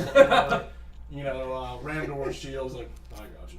So he gets you across onto the other side, and now there's this embankment that kind of goes up a little ways, and then it crosses over. So there's a little bit of an ice, climb that you've got to do to get up to the other side, and then once you get on top of that, then you can kind of see down into the grove. So everybody, now the ice is going to take some climbing. You can see some footprints that you saw one person kind of slide down. You saw another person walk back up it without much of an issue, it looks like. The footprints that I saw go and then turn back, was it one set of footprints? One set of footprints. And you're still seeing those footprints go back up the ice. All right. Cool. This guy's light on his feet. Yeah. All right. So, all right, so what do y'all want to do? Anything, just try to climb it straight up, or you want to do anything? I have rope in my. I also have rope. That's what I was going to say. Is we send somebody up and to drop some rope down. And Okay, so who's the climber? I have plus. Is the rope light enough for Goggins to carry it up? Probably. What's he going to attach it to, though? Yeah, what's he going to attach it to? His mouth? No, once he gets it up there. Oh, okay, that's fair. Little weasel hands. If only I had opposable thumbs. My God! Does a weasel have opposable thumbs? I think so. Not really. I don't think so. I don't think know. they're like raccoons. No. Well, they're basically We'll cats. ask the chat channel if anybody. We can look up. Do weasels have Do thumbs? weasels have thumbs? I'm not sure. Leave on a that. comment down below. I think So no. I'm gonna say no on that. Yeah, okay. Unless I'm corrected. Does anybody else have any plans about getting the Oh, rope? I'll up? give it a go. What's the Come check? on then. Huh? What's the It's check? just an athletic check. I'll give it a go. All right. So both dwarves just gonna walk it up. Yeah. Yep. It's an ice mountain. It's- Come on. it's What not- could go wrong? Things about one. Nope. Natural 20s! With Whoa. disadvantage. Oh. Look at that look. He's like, but I got a natural 20. No! Big money. Get a 1. I lose. So, After seeing him. all right, so fall, you're I like, start- I've got this, and you start walking up and immediately fall flat on your face and slide back down the embankment. And with that, I didn't make it it's out. pretty fun. What'd you I do? step, seeing him That was slide, and go. pretty good. Never mind. Never mind. Yes. Can I try? Yeah, sure. It's just athletics with disadvantage. Oof. That is 13. No problem. You get up. Okay. Cool. So Alright. I just So take the my dwarves rope like and- slide down. You just walk right past them. Hey, small Actually, you step over them Yeah. and use them as like, no, that's not as slippery as the back of the wall, right? So You have a shirt on. You're walking on my back. so you walk right back up to the Find top. a tree to tie it off to. Okay, no problem. Cool. And with Go that, back. you tie the rope and everybody can climb up. You'll get up to the top, and as you look down the embankment, you see the grove itself. And is there anything anybody wants to do once they get to the top of the hill? Can I make a perception check to see if anyone's going towards the grove that's not? It would be a survival check to follow the tracks. I See will if they're help you going make back that towards- survival check. I probably should rather help you make it. If that makes sense. Sure. Okay. What's your So wisdom? somebody roll with advantage. Mine's only 13. That's why. Oh, that's a 21. All right, you do see that the footprints go down into the grove, Okay, and you kind of lose it once it gets outside of your vision, sure. but you do see it come down. Okay. So as you crest the top of the icy ridge, you see a circular clearing in the forest. The trees seem larger and perhaps older than the surrounding thicket. The crumbled remains of stone columns that lay strewn about the expanse provide a slight glimpse of those who came before. The ground is freshly tilled, and rows of elderberry plants grow in abundance in the rich soil of this hidden grove. You see these rows of elderberry plants, and in the middle of it, you see a gnome laying down. The moon is shining through. There's enough moonlight where you see that a gnome is laying down in the grove, and he's kind of like wallowing around. So Is he alive? You can see he's alive. He's moving. Is he alone? He is alone. You see him wallowing around like he's trying to get cover under one of the bushes. Weird, but okay. So what do you want to do? Investigate him. Yeah, let's approach I'm- just quietly. Hold on. I don't want anybody going down there yet. Yep. I'm slightly concerned that obviously it's a trap. Yeah. I'm quite now. Thanks, Sherlock. I'm quite concerned with the status of the village itself, because if they're not here and they've gone back to the village, I scarcely say that stupid bard and my drunk cousin won't be enough to stop them. I really have no comeback for that. I think I agree. However, the bard said he'd do it. Did you see that tosser? Yes, I did. Every last bit of it. However, he's down there hurt.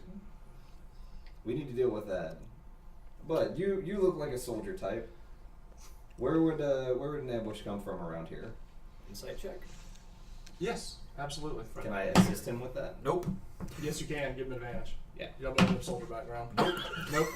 It's so dark. That was awful. There's so many. Here's the thing. You're looking around and you see trees that are kind of going all the way around this. And even though you have dark vision, you only have 60 feet, and the moonlight is coming into the grove, but you're not seeing it in the trees. So anywhere. You know, if you're expecting an ambush, you can go from anywhere. Can I But ask Goggins if he can smell the wolves anywhere? This is not good dice for me. yeah, you can. 20. He smells and he goes, yeah, and he goes, yes, I smell. Yes, I did. Where? Which direction? The weasel's not looking at you. Weasel's looking Yeah, at you. I'm asking- He's like, he's I'm sitting asking around. Nugget. I'm not quite sure. I mean, he says he smells the wolves, but Can you he's ask him smelling. which He's not seeing them. Can you ask him which direction? Which direction? And he's looking around. He's thinking back and forth. And he's like, and he kind of looking around. And he's like, He can't tell. it is has to be like weasel charades. You're gonna have to work out a system on that. Okay. He does smell wolves, and he's looking around, and he's looking around like they're just in the wind. Like the wind is kind of blowing this way, and he's just getting a solid whiff of wolf. Well, So they're upwind from us. Okay. first move when springing a trap. Spring the trap. Start throwing the axe on and start walking towards the gnome. All right. So the dwarf starts marching. I'll be right behind him. The dwarves are marching, and the dwarves are marching 20 down the hill. I'm gonna hang 20 feet back from them, Okay. and so when they get horribly mauled, I can respond. How far away is the gnome on the ground? It's not that far. You're probably looking at 60, 80 feet. I mean, it's. I'm gonna stay right here. You can say right where you're at? Okay. What are you Yeah, I'm hanging back. hanging back? Yeah. Okay. Probably a good idea. Alright. Yeah. And coming back, Gulliver, the dwarves are marching down to see their friend. Yep. Or, Cade, the halfling, is staggering behind them. I'm gonna stay up here and watch, golly. Nobody's gonna stay up here. So is Layla. What are you gonna Also do? staying. Also staying. Yay. Keeping watch for other enemies. Keeping watch. Okay. Yes. Alright, and with that, we're going to take a quick intermission as we do a scene change. For everyone on the stream, just give us about 5 minutes or so. We're going to change the scene, and we'll be back with you. So I want to put the screen up. It's going to just be on cue just for a few seconds, and then as soon as we come back, we'll continue our adventure. Alright. When we were about to break, I would have waited. I would have held off for 2 more minutes. Yeah, no,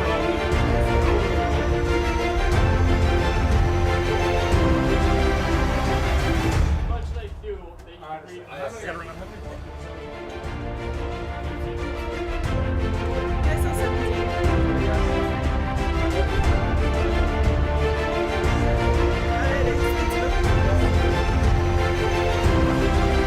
Start at the top of that and go down. Do you like how everyone's just like, Right? And who is all of these people?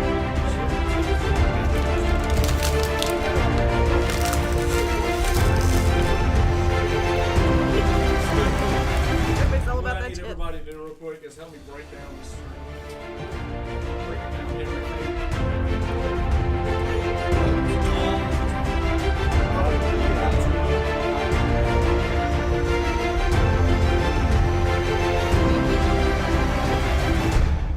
The gear.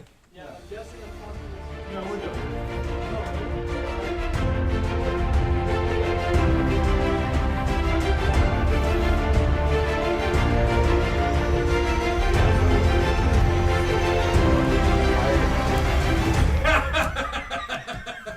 I was totally ready for. I don't know. I was totally ready for. Yes, Marcus Madmore. That's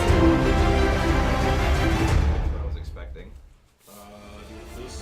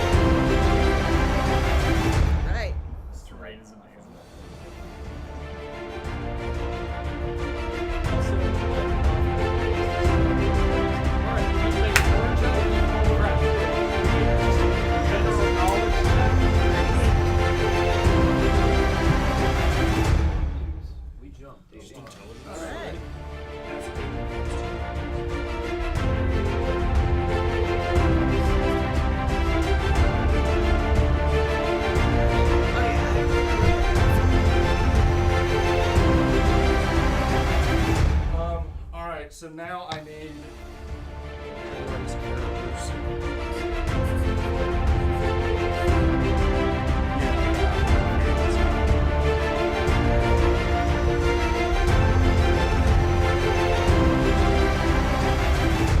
We just all need to speak up as much as we can.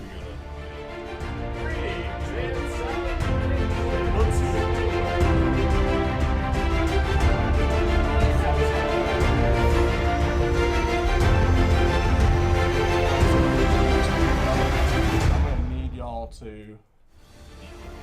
Yeah, y'all are gonna have to move yourselves to 360.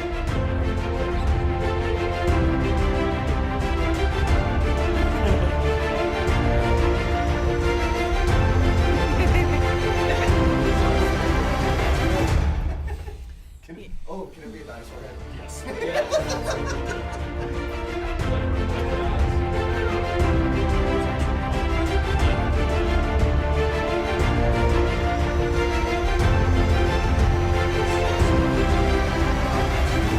white ones are mine. That one was custom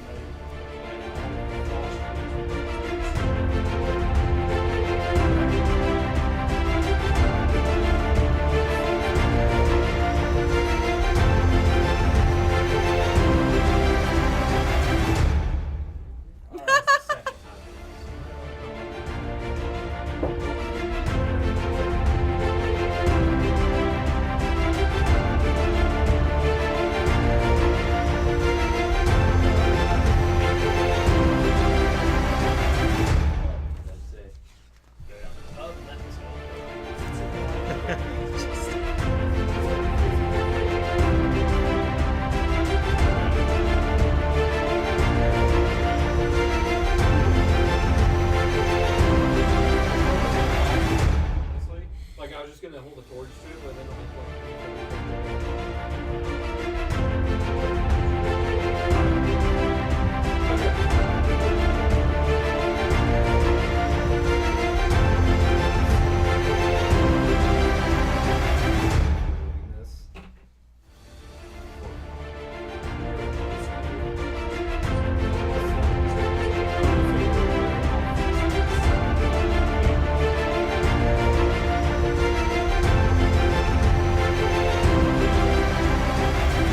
So we're gonna go back 5 seconds. Okay. All right, everyone, welcome back. We have had our scene change of the Hidden Grove. In the middle, we'll see our 2 dwarves as they approach poor lost Pillwicken, Pog Pillwicken, as he's hurt and he's on the ground and he's struggling. Our 2 of our halflings and our gnome have stayed back on the hill that you can see on the bottom left. And then we have Cade, the paladin, who's wants to get down there and help out, but was gonna let the dwarves kind of go forward and make sure this isn't a trap, which they really feel strongly that it is. This is decidedly a Bring trap. the a trap. All right. So welcome back, and what we're going to do is we're going to go ahead and jump right in here. And we're all we need to speak a little bit louder. That was something that came across on the channel. We're still fixing different mics and stuff, so everyone just be sure you speak louder as we kind of go through this combat scene. Oh, spoiler. All right. So my dwarves, I need you guys as soon as y'all get down to make a quick perception check. As well. Yes. Yes. Is it 13. 16? 16. Okay. All right. So, Dane, as you get down, you're giving a quick look down at your lost friend who's kind of like trying to pull around, and as you look down, you also looking around, and you just that wind that's coming across, you just sense something in the wind, like something changed, something shifted in the wind. Your years of military training and everything just kind of comes in, and you immediately take a fighting stance. Like you just know something's up, something's wrong. Yes. and I look at him and like, okay, we're getting ready for something. Yeah, so you as well look around, but you're more concerned with the person down. You're looking down at our long lost Pillwicken here, and you're wondering like, oh, what's going on here? Yeah. In the back. Okay. As soon as he does that, Mhm. I would actually like to use the second divine sense and see if there are any evil. Alright, read me that ability exactly. Sure. The presence of strong evil registers on your senses like a noxious odor, and powerful good rings like heavenly music. Until the end of your next turn, you know the location of any celestial fiend or undead within 60 feet of you that is not behind total cover. Okay. You know the type, You do not but sense, not its identity. you don't sense any celestials, fiends, or what was the last one? Undead. Undead. No celestials, fiends, or undead. Okay. Is anything else in there? Is that the full expression? That's it? That's it. Okay. Yeah, so yeah, you turn around and sense, and you're not, something is wrong, something is amiss, but it's not that flavor. But you can definitely tell, you catch the dwarves too as they're like looking around, that something about this whole thing is off. Guys in the back, let me get quick perception checks from you guys as y'all are kind of surveying. I will give everyone on the hill advantage because you have the high ground. Yep. You can do it. Hell yeah. 12. Hello. 18. 18. Okay. 19. 18, 19. Okay. Layla, you're looking down. Your eyes are on the dwarves. You don't see anything. Your other two guys standing next to you, both Gulliver and Nottingham, y'all both see it at the same time. Y'all see a shadow move in the distance. You see that there is a man moving across. If you could put him on the high ridge over here, basically behind the biggest tree. So he's on this. Like one of these right here. Yeah, pull him up just a little bit further. A little bit further right there, yeah. All right, so you do see one person up there, and you can see that he's up there looking down, and you can see that he's talking, but you can't hear what he's saying. But you can definitely see that he's saying something up there. I point the stranger. And the reason is because he's like moving around and he's pointing in different directions and stuff, so it's almost like he's orchestrating something. I point the stranger out to Layla and I say, Layla, do you think you might be able to sneak through the trees and get a closer look at what he's doing? I think I might. All right. Okay. So you see that. So that's what Gulliver sees. You, on the other hand, while he's looking out in the distance, you look and to the west, you can see some shadows moving in between the trees, and you do see a couple of wolves that are hiding in the trees, basically to your right.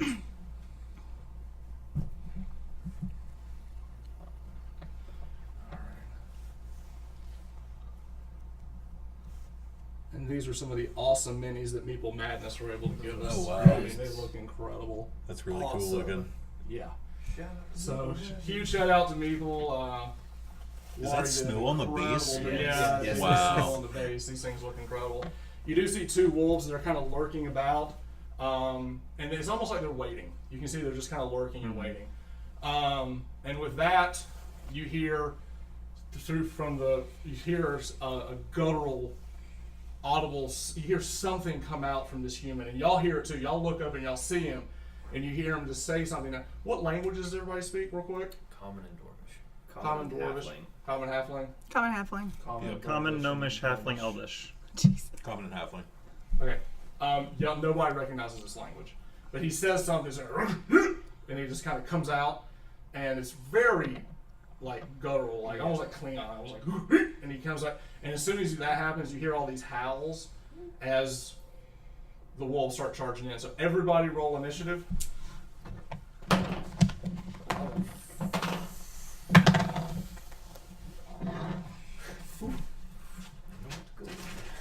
All right, go around the horn. Let's see, what do we got?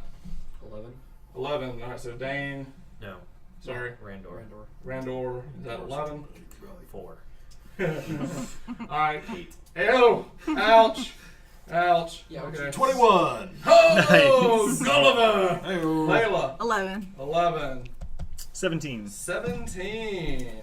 Okay. Nobody in the thick of it got anything. My rolls are really bad on d20s. I'm gonna All try right. this one next. Yeah. Just keep rotating them, you know. So am I still with them, or am I creeping around? Hang on, we're at Okay. the very beginning, so you're going to start your creep at the beginning here. Let's Got see. it.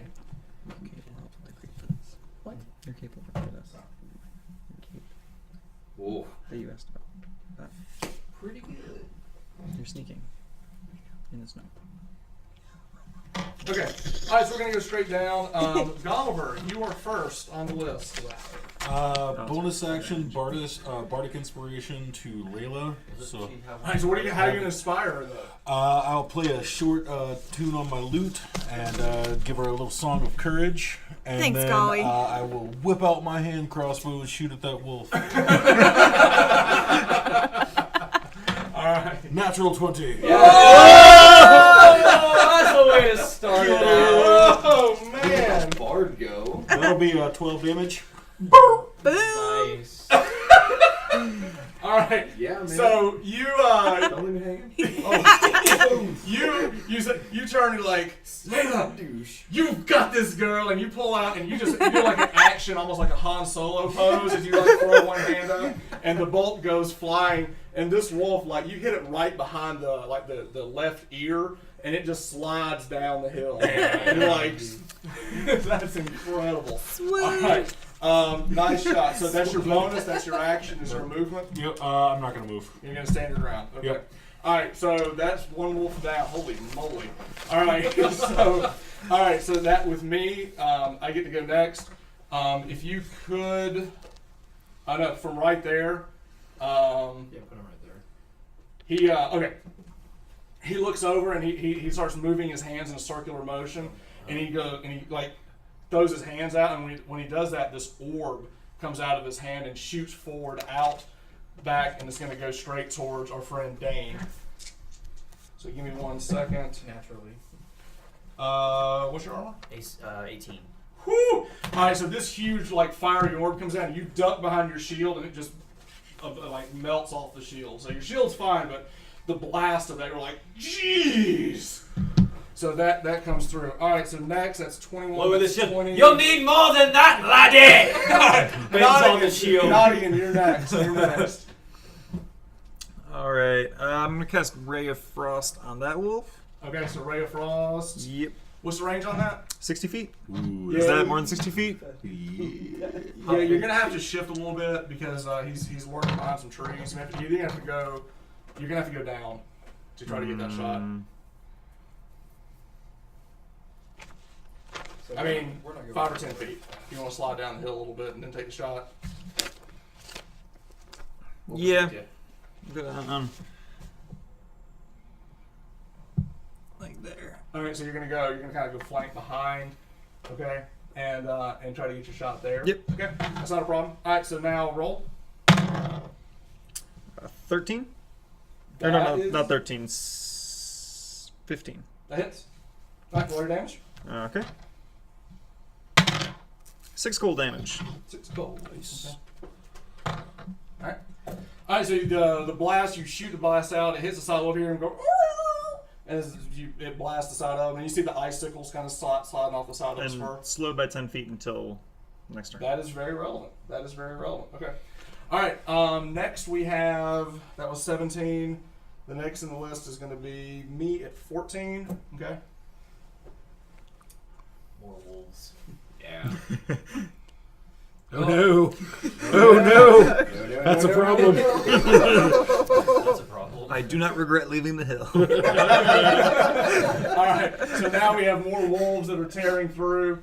One of them that was lurking behind you, like, shot straight up. And who is this in front? Me. Oh no! Oh no! All right, so he runs up, and he's gonna make a bite attack. He just lunges at you. What's your AC? 15. I gotcha. Okay, you didn't even see him. You were caught flat-footed as he comes through. Okay, so he takes a snip at you. You do manage to jump back, so you only take 3 points of damage. All right. But you need to make a strength saving throw. Okay. So then, let's see. Saving throws. Oh, right. What? Oh, Just that plus your strength. okay. So it's a 6. 6. Oh no! All right, so he bites you, and you kind of like stumble backwards, and you fall prone on the ground. And he's over you. He just bit you, and he's like, and you just kind of see this growl, like he's getting like even more hungry. And as you look up, you notice that some of your blood is dripping off of its tooth. It's a little unsettling. All right, so that's your 14. Next is 12, which is going to be the next wolf. It's coming after Cade. Yeah. Yeah. Come on. All right. All right, so it goes and it runs, and as soon as it takes a snap at you, you immediately just spin and just use your staff and just kind of push him out of the way. Okay. Like you're just like, no, wrong way. Ole! Wrong. Okay, who's up next? That was at 12. Now I'm at 11, which is both. I've got two 11s. I've got Layla and I've got Randor both at 11. So y'all do whatever you want. Layla, you want to go ahead and go? Okay. What can I do if I'm prone? All right. Is she grappled? She's not grappled. She's just Okay. knocked down. Okay. So Does So you the can inspiration do anything? Well, no. Help me at all? Not yet. You could stand up with half your movement speed, Yeah. Okay. and then do whatever. Okay. I'm stand up. So basically, you can roll backwards, and then what do you want to do? Okay. Stab. That's exactly it. Okay. Why, yes. So, All right, so you're gonna pull your daggers out and go after the wolf. yeah. All right, go ahead. Okay. So, 20. Oh! And Okay. then, Wait, Nat? Yeah. Yeah. Is that close enough for sneak attack? Nah, yes. With the other one? Him. It is. Yeah. I'll give it to you. Yeah. Okay, cool. All right, and the next one. 12 Plus numbers. plus numbers. Yes. So, 14. All right, so both hits. So let's roll crit damage. 3. Did, Roll it did she- again. Oh, No, so oh. Did she get sneak attack? Yeah. She should sneak attack's going Seven. too, right? All Alright, So, so- 46 plus 4. Here's a d6. Rogue No. stuff. Okay, so that's Right. just There the you crit plus the weapon die. Yeah. Okay. So what's the weapon die? Right. 2D, Numbers. Numbers. Okay, so that's just the sneak attack. All right. Roll that. No, It's too. real The sneak simple. All attack's right, so here's the thing. 1d6. Oh, you're right. Yeah, so So that's... you roll backwards, you immediately lunge towards him, you take both of your knives and you slam both of them beside its head and you just kind of bring it down as it's dead on the ground. Sleep. And go to sleep. So you just ride it to the ground. So Layla knocks one out and then just go to sleep. Just go to sleep. I got you. And as soon as you do that, you just see his eyes like shake, like, and you just kind of put him down. Right. Just put him down. Gotcha. All right. Next we have That was wrong. Rendor. Yeah. Okay. So There's a lot. I'm gonna go back and help out our friend. Where are we gonna say I'm at? Am I like right to your here? knife. Yeah, that's fine. That's fine. You can definitely get up to him. Okay. So I'm gonna get up Just to turn him. yourself around. Turn yourself around. There you go. All right. So what are you gonna do? I'm gonna attack him. All right. You're gonna run up with your battle axe Yep. and shield. Okay. So swing your battle axe. Oh wait, I'm doing the wrong thing. Okay. 10, 16. 16. That is gonna be a hit. Okay. 7. 7. All right. So you go up and you take a slash at him. Let me get a. All right. Even though you did a solid hit to him, it's a big wolf. Okay. It manages to kind of stumble back and there is fresh blood off your axe. You're like ah. Okay. So This takes me back. This takes me back. All right. So now that's 11. Now we're gonna go next, which is 8. Now I've got a tie on an 8, but I always give it to the players. So, Kate. I'm gonna move myself back, flanking the wolf there, Okay. using my training. Not a problem. Give myself advantage on this, Okay. and just two hand strike with my quarterstaff. 2-hand strike. Okay, go for it. Is a lot. Okay. Yeah, it's like 23. Yeah, that's it. Not a problem. That does 5 damage. All right, without a problem. So, both the strikes together, you guys, even though y'all have never met, it's like a military thing. Yeah. And Double team action. you immediately spin around, you take the staff, you pop him up against the head, and it knocks the thing unconscious immediately. I mean, Yeah. you hear something snap in the back of its neck as it drops to the ground. So the wolf comes down to the ground. Okay, who's up next? That's Cade. Now my other wolf. All right. Oh no. I have this one. Come on, someone help me, please. I can't reach. Yeah, where do you want it? Okay. Right on Dane, coming out of the woods. No, Dane. Here. There we go. Yeah. All right. So another wolf comes out, tearing through the woods, comes down, and you hear it. So you turn, good. and you're Yeah. that. I mean, your military training, you immediately sensed it coming, so you're able to. He doesn't get a surprise on you. Ooh, he's got you. All right. So even though you're able to turn, he does like you bring your shield up. He bites under the shield. Smart wolf. All right, take 4 points of damage.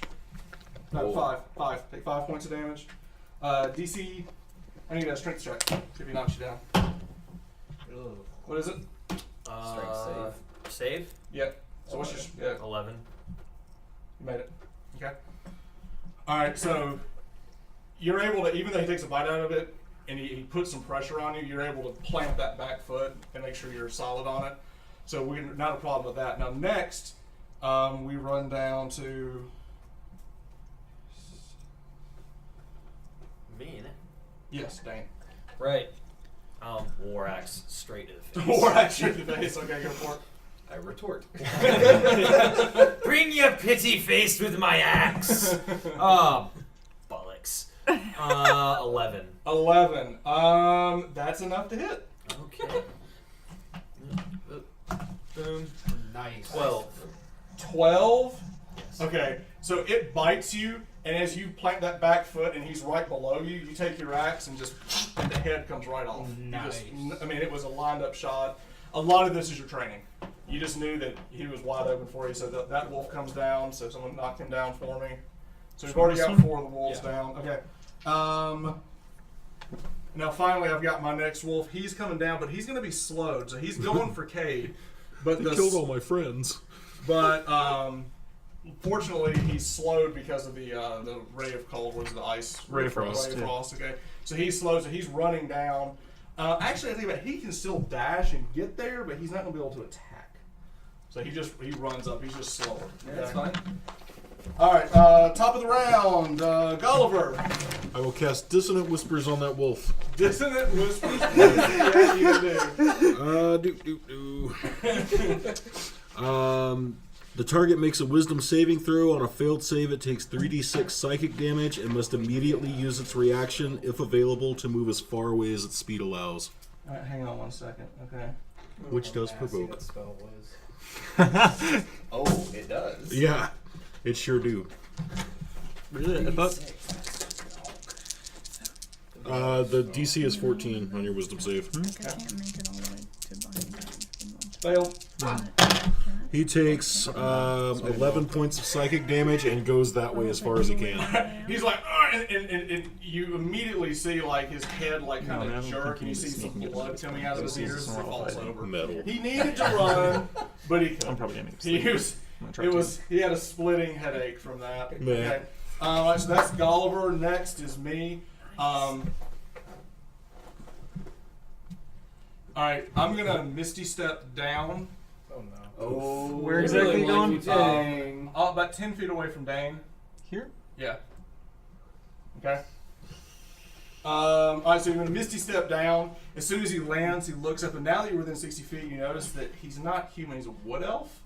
And he's carrying like a staff, and he's got like a lot of very naturalistic clothing on him and stuff, like patchwork stuff he kind of made on himself, like patchwork leather, maybe some hide.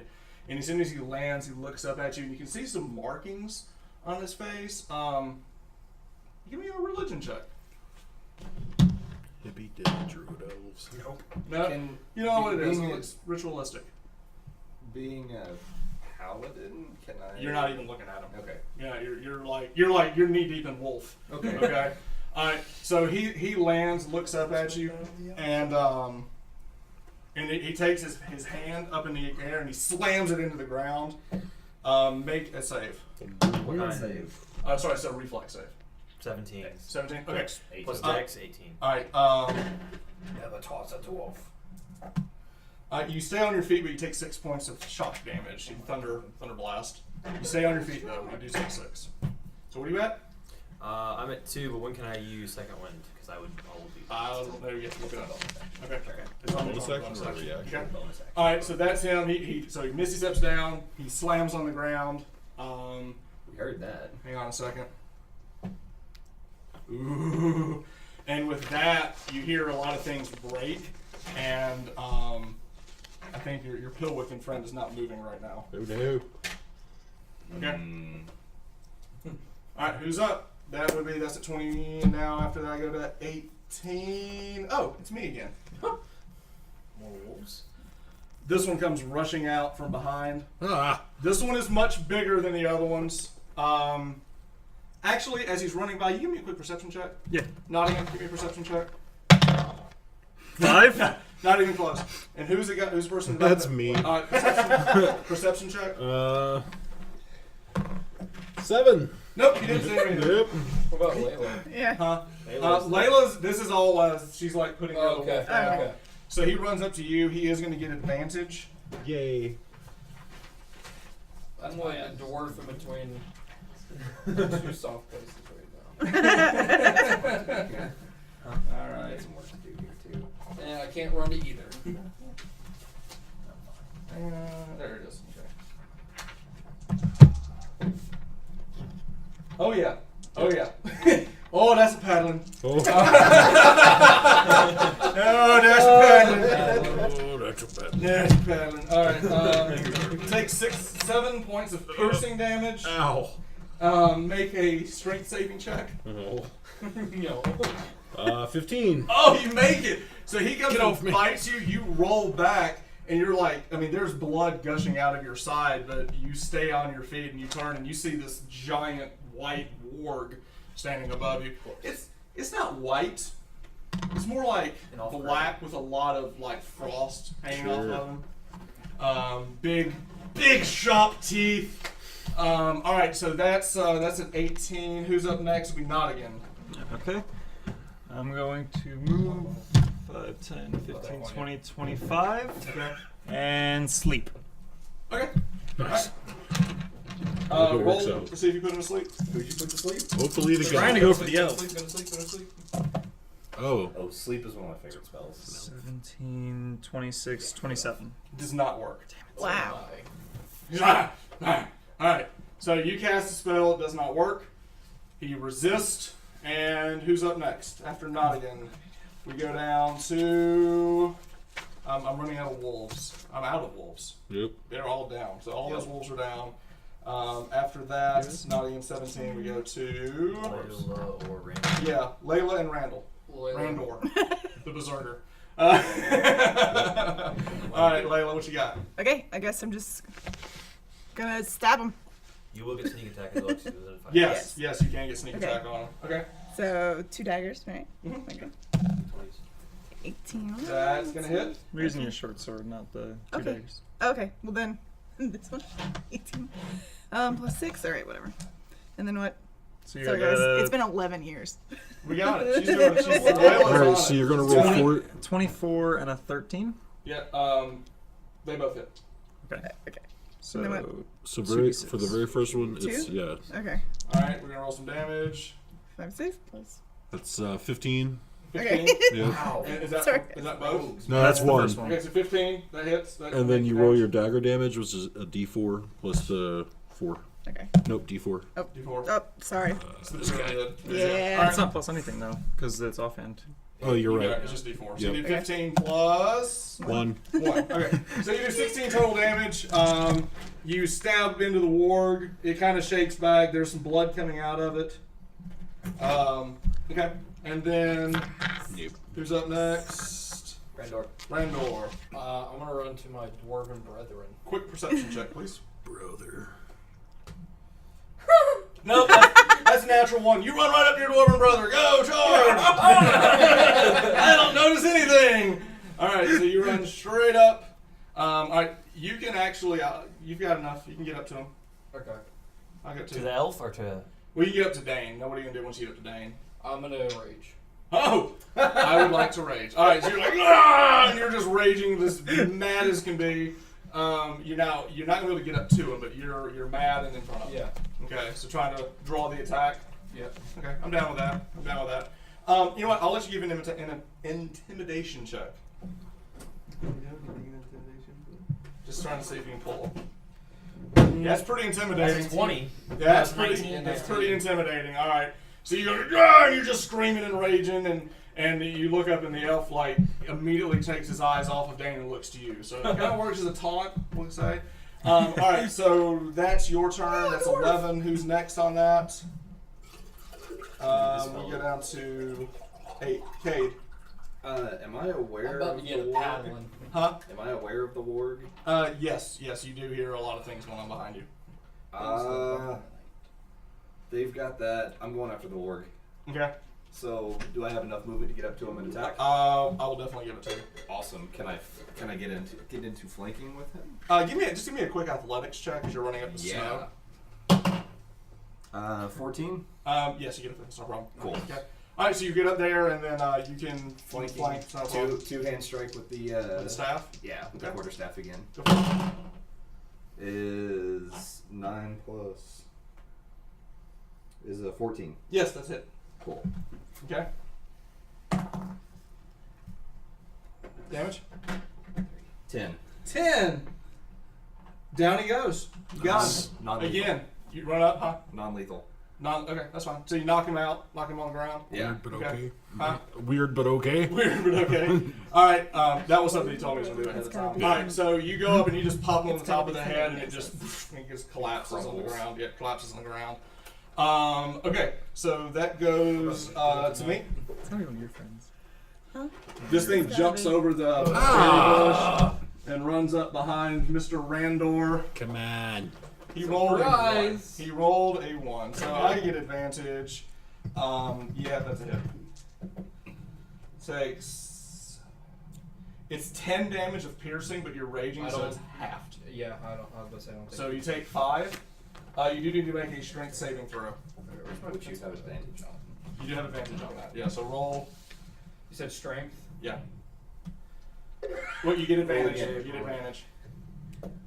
Oh Double ones! Double ones! Double one, so you didn't even see Oh him. my He runs up, God. he takes the bite at you, you're like, "Arr!" and you're screaming and you're raging. This thing jumps on top of you and rides you to the ground, is now on top of you with his jaw around your neck. So yeah, bad day for Randor. Bad Very day for bad Randor. day. He's like, I'm so That's mad. 3 ones tonight. I'm even more mad than I was before. Alright, so the giant warg is now mounting. Y'all want to use him as a mount. He's using you as a mount. So he rides you to the ground. Willy away from me. Right. Alright, now we get to Dane. Bonus action, second wind. Okay. So 6 to my thing. Alright, so So you take your second wind, you heal up, you shake it off, you're like, not today! I'll deal with you in a minute, pointy ears. And I turn around, and because I'm assuming he's engaged with him, do I get advantage trying to lop this wolf's head off? I will give you advantage on the attack, yeah. Wow. Oh, wow. Wow, 11. No, you don't. You miss. Wow. You're taking the second wind. You're more concerned about the elf, and you kind of give a half-hearted swing over. Dwarves are rolling like poo. Yeah. So you take a half-hearted swing at the warrior. You Already aiming. totally miss. And that gives us back to the top of the round. I need So that Arctic top of the inspiration, round. not So her. now we're back to Gulliver. I will step down the hill and cast Dissonant Whispers on the wolf. Yes, Since it you worked will. so well last time. Get him Right, off right. me. DC 14. DC 14, and what type of save is Wisdom. it? You got me. He's gonna take 10 points of damage and run that way as far as he can. Run which way? Away from me. Away. Yeah. Okay, so that's on his turn. That's on his turn. No, No. his reaction. Oh, he uses his reaction Yes, to run. and they get to attacks of opportunity. He doesn't because he's laying on the ground. Fair enough. Fair enough, but you totally will. Yeah, That'll hit. All right, so 21. roll damage. That'll do it. 11. All right, so he's like, all right. You can hear like this, like breaking down, and like you hear things cracking as he's kind of like contorting his head to this whatever this thing is hitting him. He leaps forward. You take another hack at him. You're like, "Arr!" And he kind of does he recover? No, he slides across the snow. You knock him off his feet. He's still alive, but he's now like basically he landed on top of your friend. 'Cause it's a tight space, so just lay him down. Yeah, it's What if yeah. he already mounted on me at the beginning? Right, he tried to jump, he got axed, and then fell on top of your gnome Pillwick friend. And you hear him Oh, go, him. dude! The death dude! Alright, alright, so that is Gulliver. Alright, I think you do more damage with your sword. alright, me again. As soon as the elf sees this wolf go down, he looks up and he's just angry at this point. And So again, am I. and then he comes back and he's going to try to cast another one of these giant, like, fiery orbs in your direction. And again, you, like, axe the guy, shield, and you block it off without a problem. Come on, pointy ears, give me better than that. That AC 18's really helping out. Yeah. Yes, it is. Yeah, that shield is definitely a problem. All right, who's up after that? That's 20. I'm down to 18. He's dead. 17. Nottingham. All right, Nottingham is going to move forward another 25. Okay. And yes, Tasha City's laughter. Okay. What's the save? Wisdom save DC 14. Made it. Damn it. Okay. And you cast a spell, and he like shakes it off, and he looks. He's like, "I'm coming after you." He's mad about that. Yeah. That's Nottingham. Now we go down to. He's dead. All these guys are dead. I just need to cross these guys out. Layla and Randor. Layla Okay. and Randor. Yeah, Layla and Randor. Who's up? We'll do Layla first. All right. So short sword and dagger again. Okay, go for it. All right, here we go. On You have to Oh. move. To put him to sleep. Well, The- yours isn't dead. This one is down. This one's sorry. This one's on. the Oh, ground, okay. Sorry. You This can one. finish- This you can kid's finish him unconscious. though. Like, If you want to fatality him, you can. He just knocked him out. Okay, yeah, let's do that. You don't have to roll. Oh, He's I dead. did it. I did it. Alright, so Cade takes the moment. I want to let's knock this thing out. Let's be nice. And Layla's like, no, stab. Thanks for setting them up. Wow. I did it. She stacks it down, and she's like, "That's 2 for me." All right, so that ends the other warg. Open. All right, so now we go. That's 21, 20, 11. Randor. I'm real pissed. Now I'm really mad. I was only kind of mad before, right? All right, so hop up. Seething with rage. Okay, hop up. Actually, that is the wolf on you because he's. No, gonna he's take- on the no. The other, yeah. Yeah. He's on If the he's note. within X amount of feet, he might be dead from your radiant damage. You have You that don't already? any damage Do you yet. not have it yet? No, I didn't realize that was. No, that's like a level 3. Is All right, so I'm gonna get up. I'm still enraged. My Yes, you bad. are. Okay, Okay. I'm gonna go for pointy ears. Okay, so you're gonna run towards our elf caster friend. Oh, And sorry about that stream. we're gonna go back to the mat since we've lost a camera due to the raging dwarf.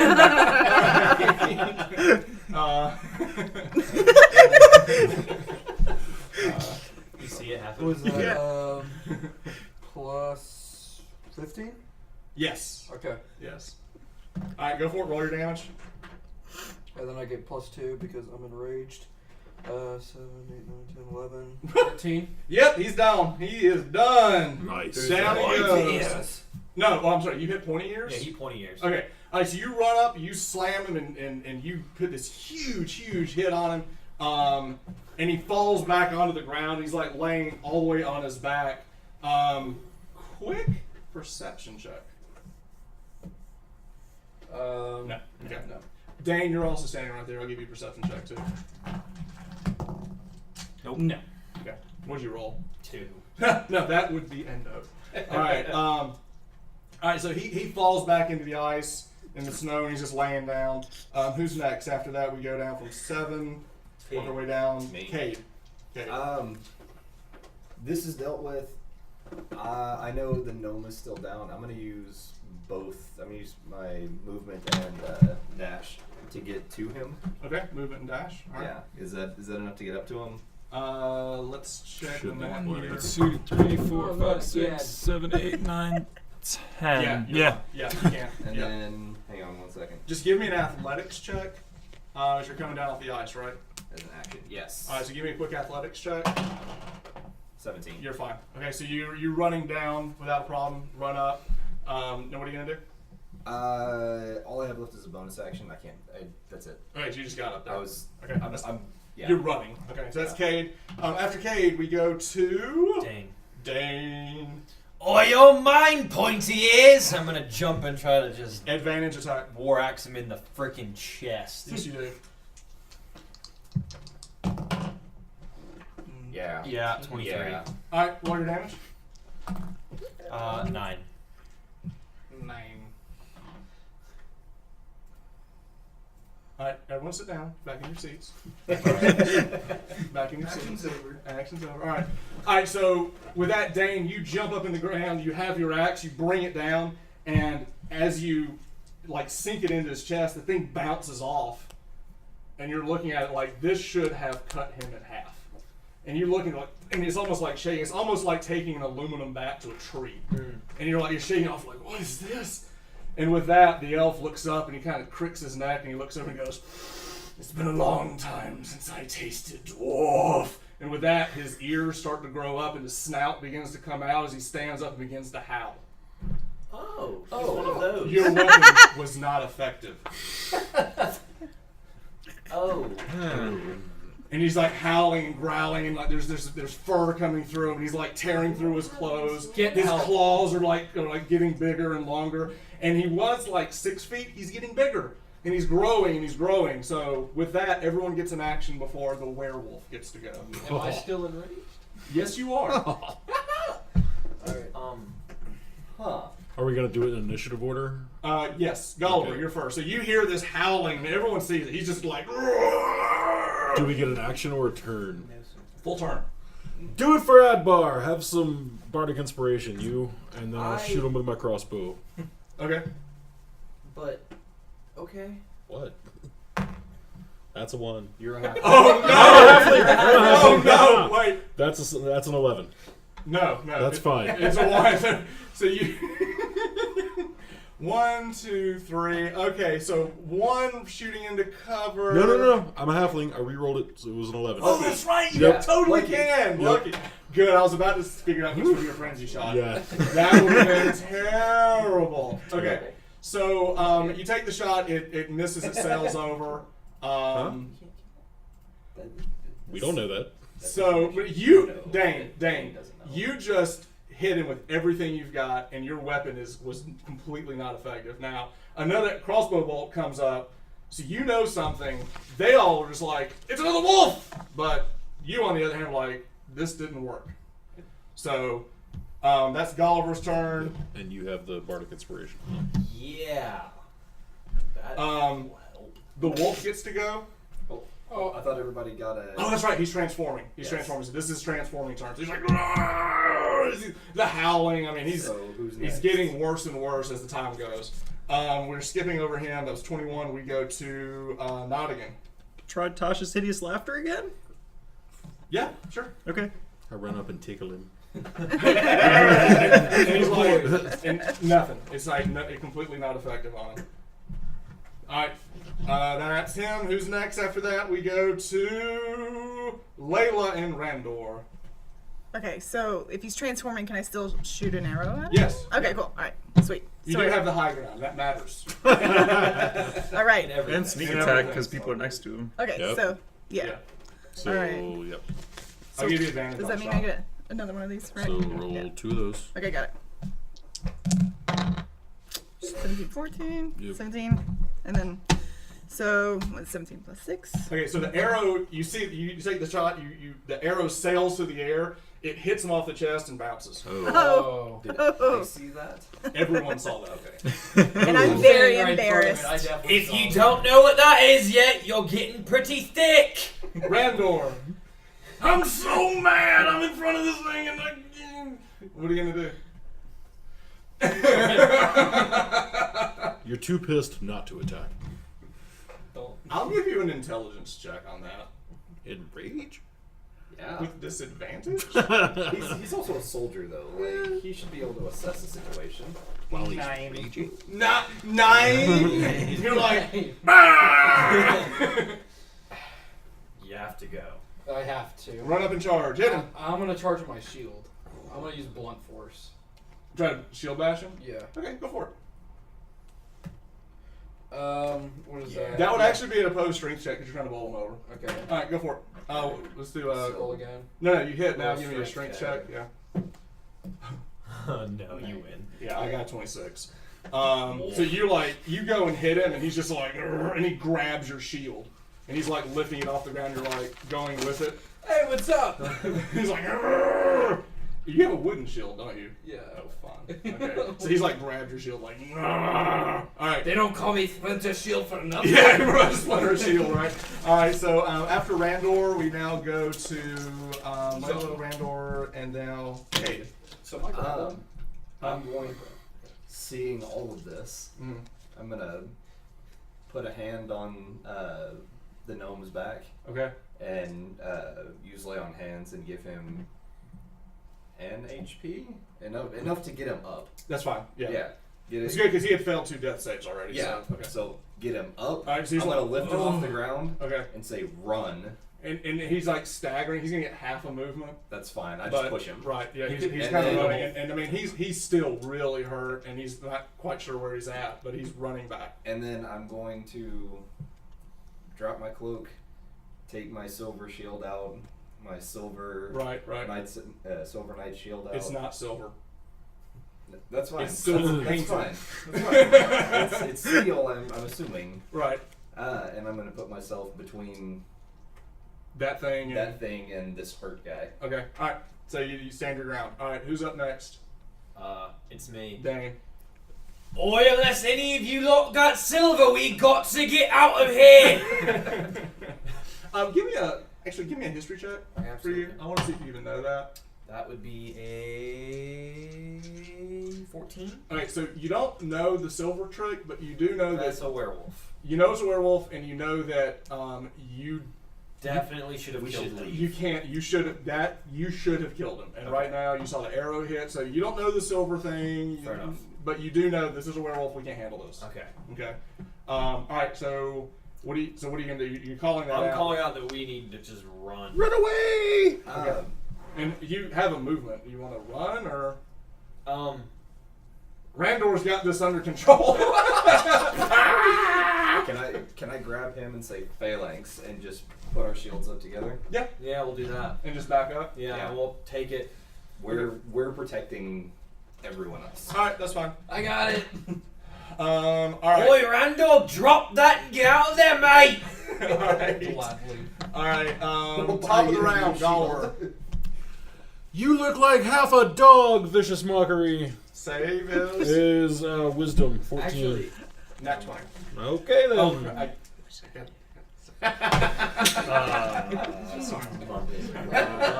For those watching the stream, I have a d20. It rolls a 1 or a 20. It's more like a coin, and I try not to roll it, but I did that time, so it was 20. Yep. Force of habit, right? Source of habit, And right? It then- just finds its way back into my hand. I don't know what it is. All right, so I'm aware of. resistance, right? Yeah, it's my precious. It's Oh, my precious. there's nothing for a successful save, so Okay. nothing happens. All right, now you do have a movement. run. Time to go! Time to go! All right, so you back away. Yep. All right, so you're running up the hill through the trees. You can get up to the embankment with the rope. Okay. Okay. From there, my turn. I really wish my bash would have worked. Okay. Okay. Now you're raging, so you take half of this. So you take 6.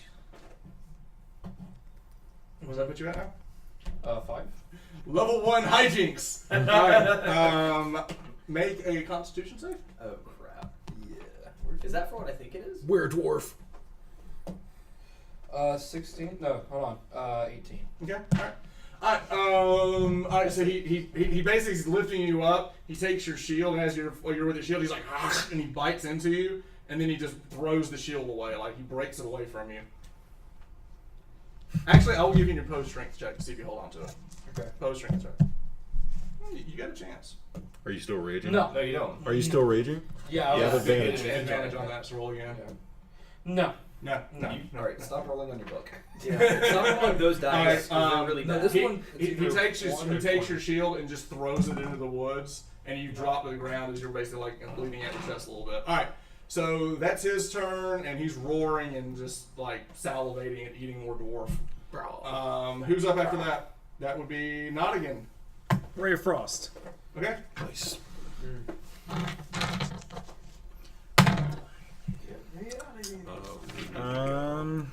That will be 17. Yeah, hits. Okay. 6 cold damage and 10 feet slower. Gotcha. Okay. And now that he's 10 feet slower, I'm gonna turn and go the opposite direction. I've started climbing up that embankment. All right, that's not even. Who's after that? Me. Okay, Layla. I'm GTFOing. GTFOing out. All right, so now Layla's also. You can get up to the rope as well. Now we have Randor. You've lost your shield. I'm out. All right, and with that, you're leaving. Okay. So you're just now. You can. Are you disengage and run, or just run and run? What do you want to do?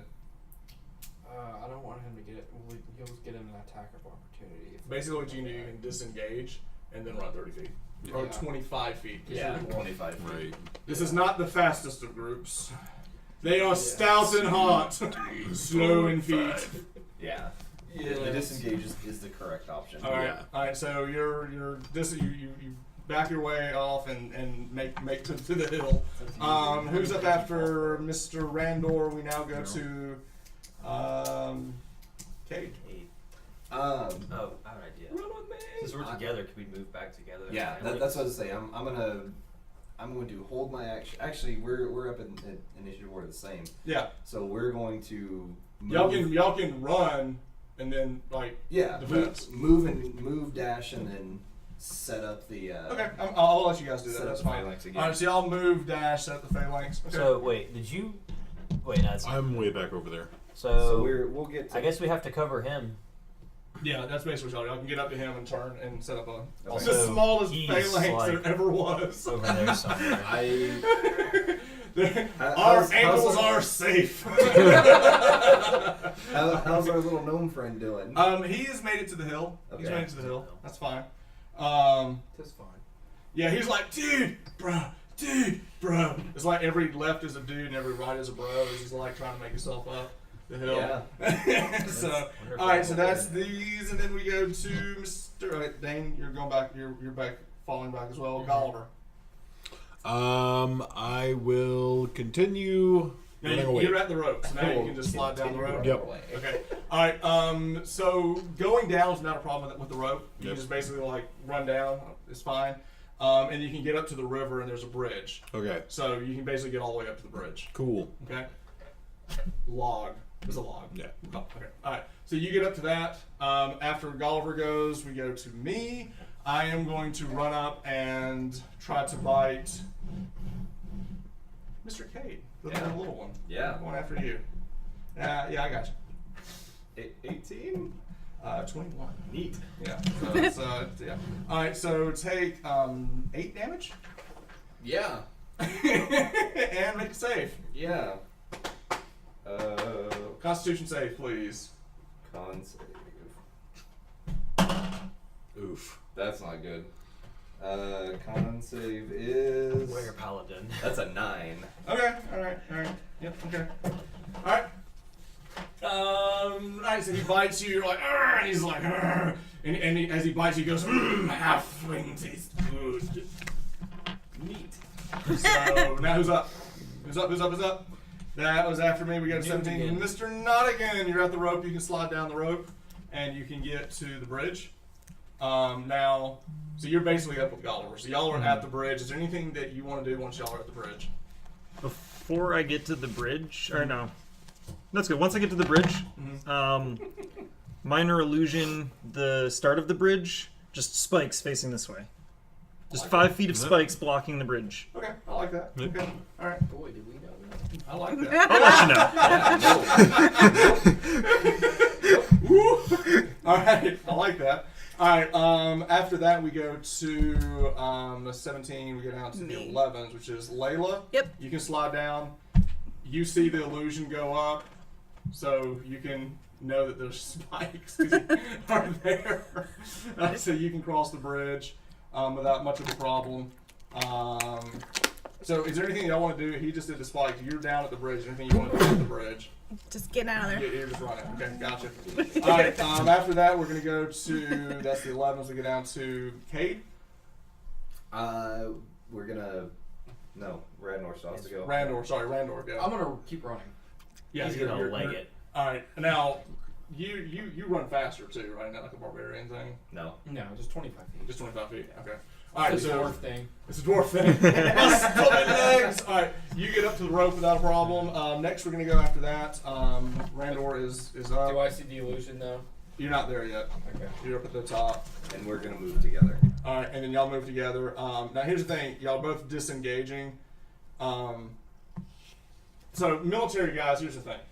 If y'all continue to disengage and run, this guy's gonna eat you up. Yeah. At some point, you're just gonna have to. How about movement and dodge?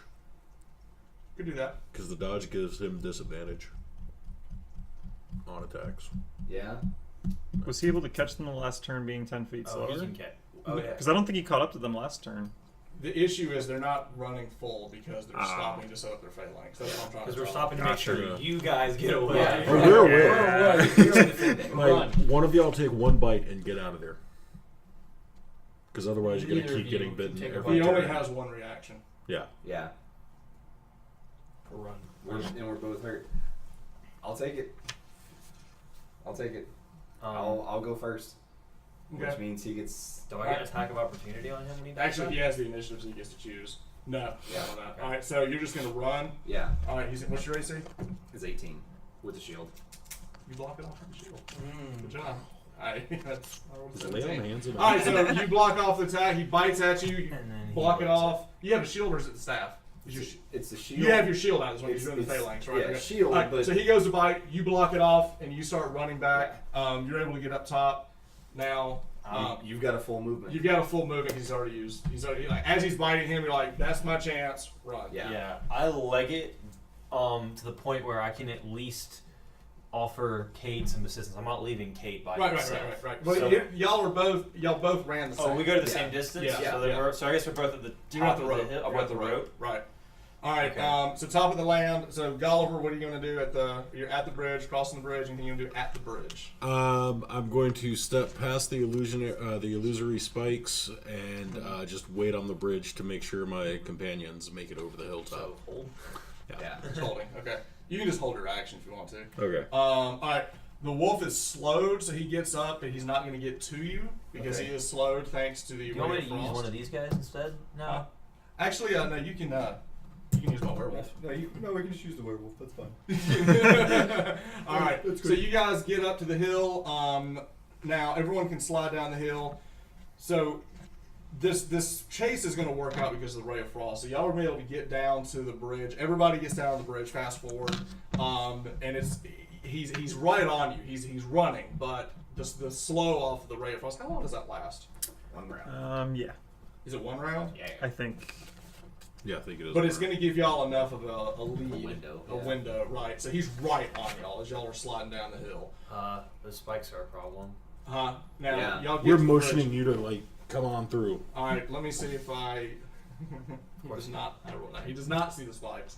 Alright, so you guys get up to the thing. Everyone that's crossing the bridge, now, y'all are already there. Y'all are across. You guys are running up to... So y'all are going to have to make an athletics check or acrobatics, whichever one's best, to cross it because you're running it. I'm fine. You're fine, Yeah, fine. 24. All right, so y'all run across it.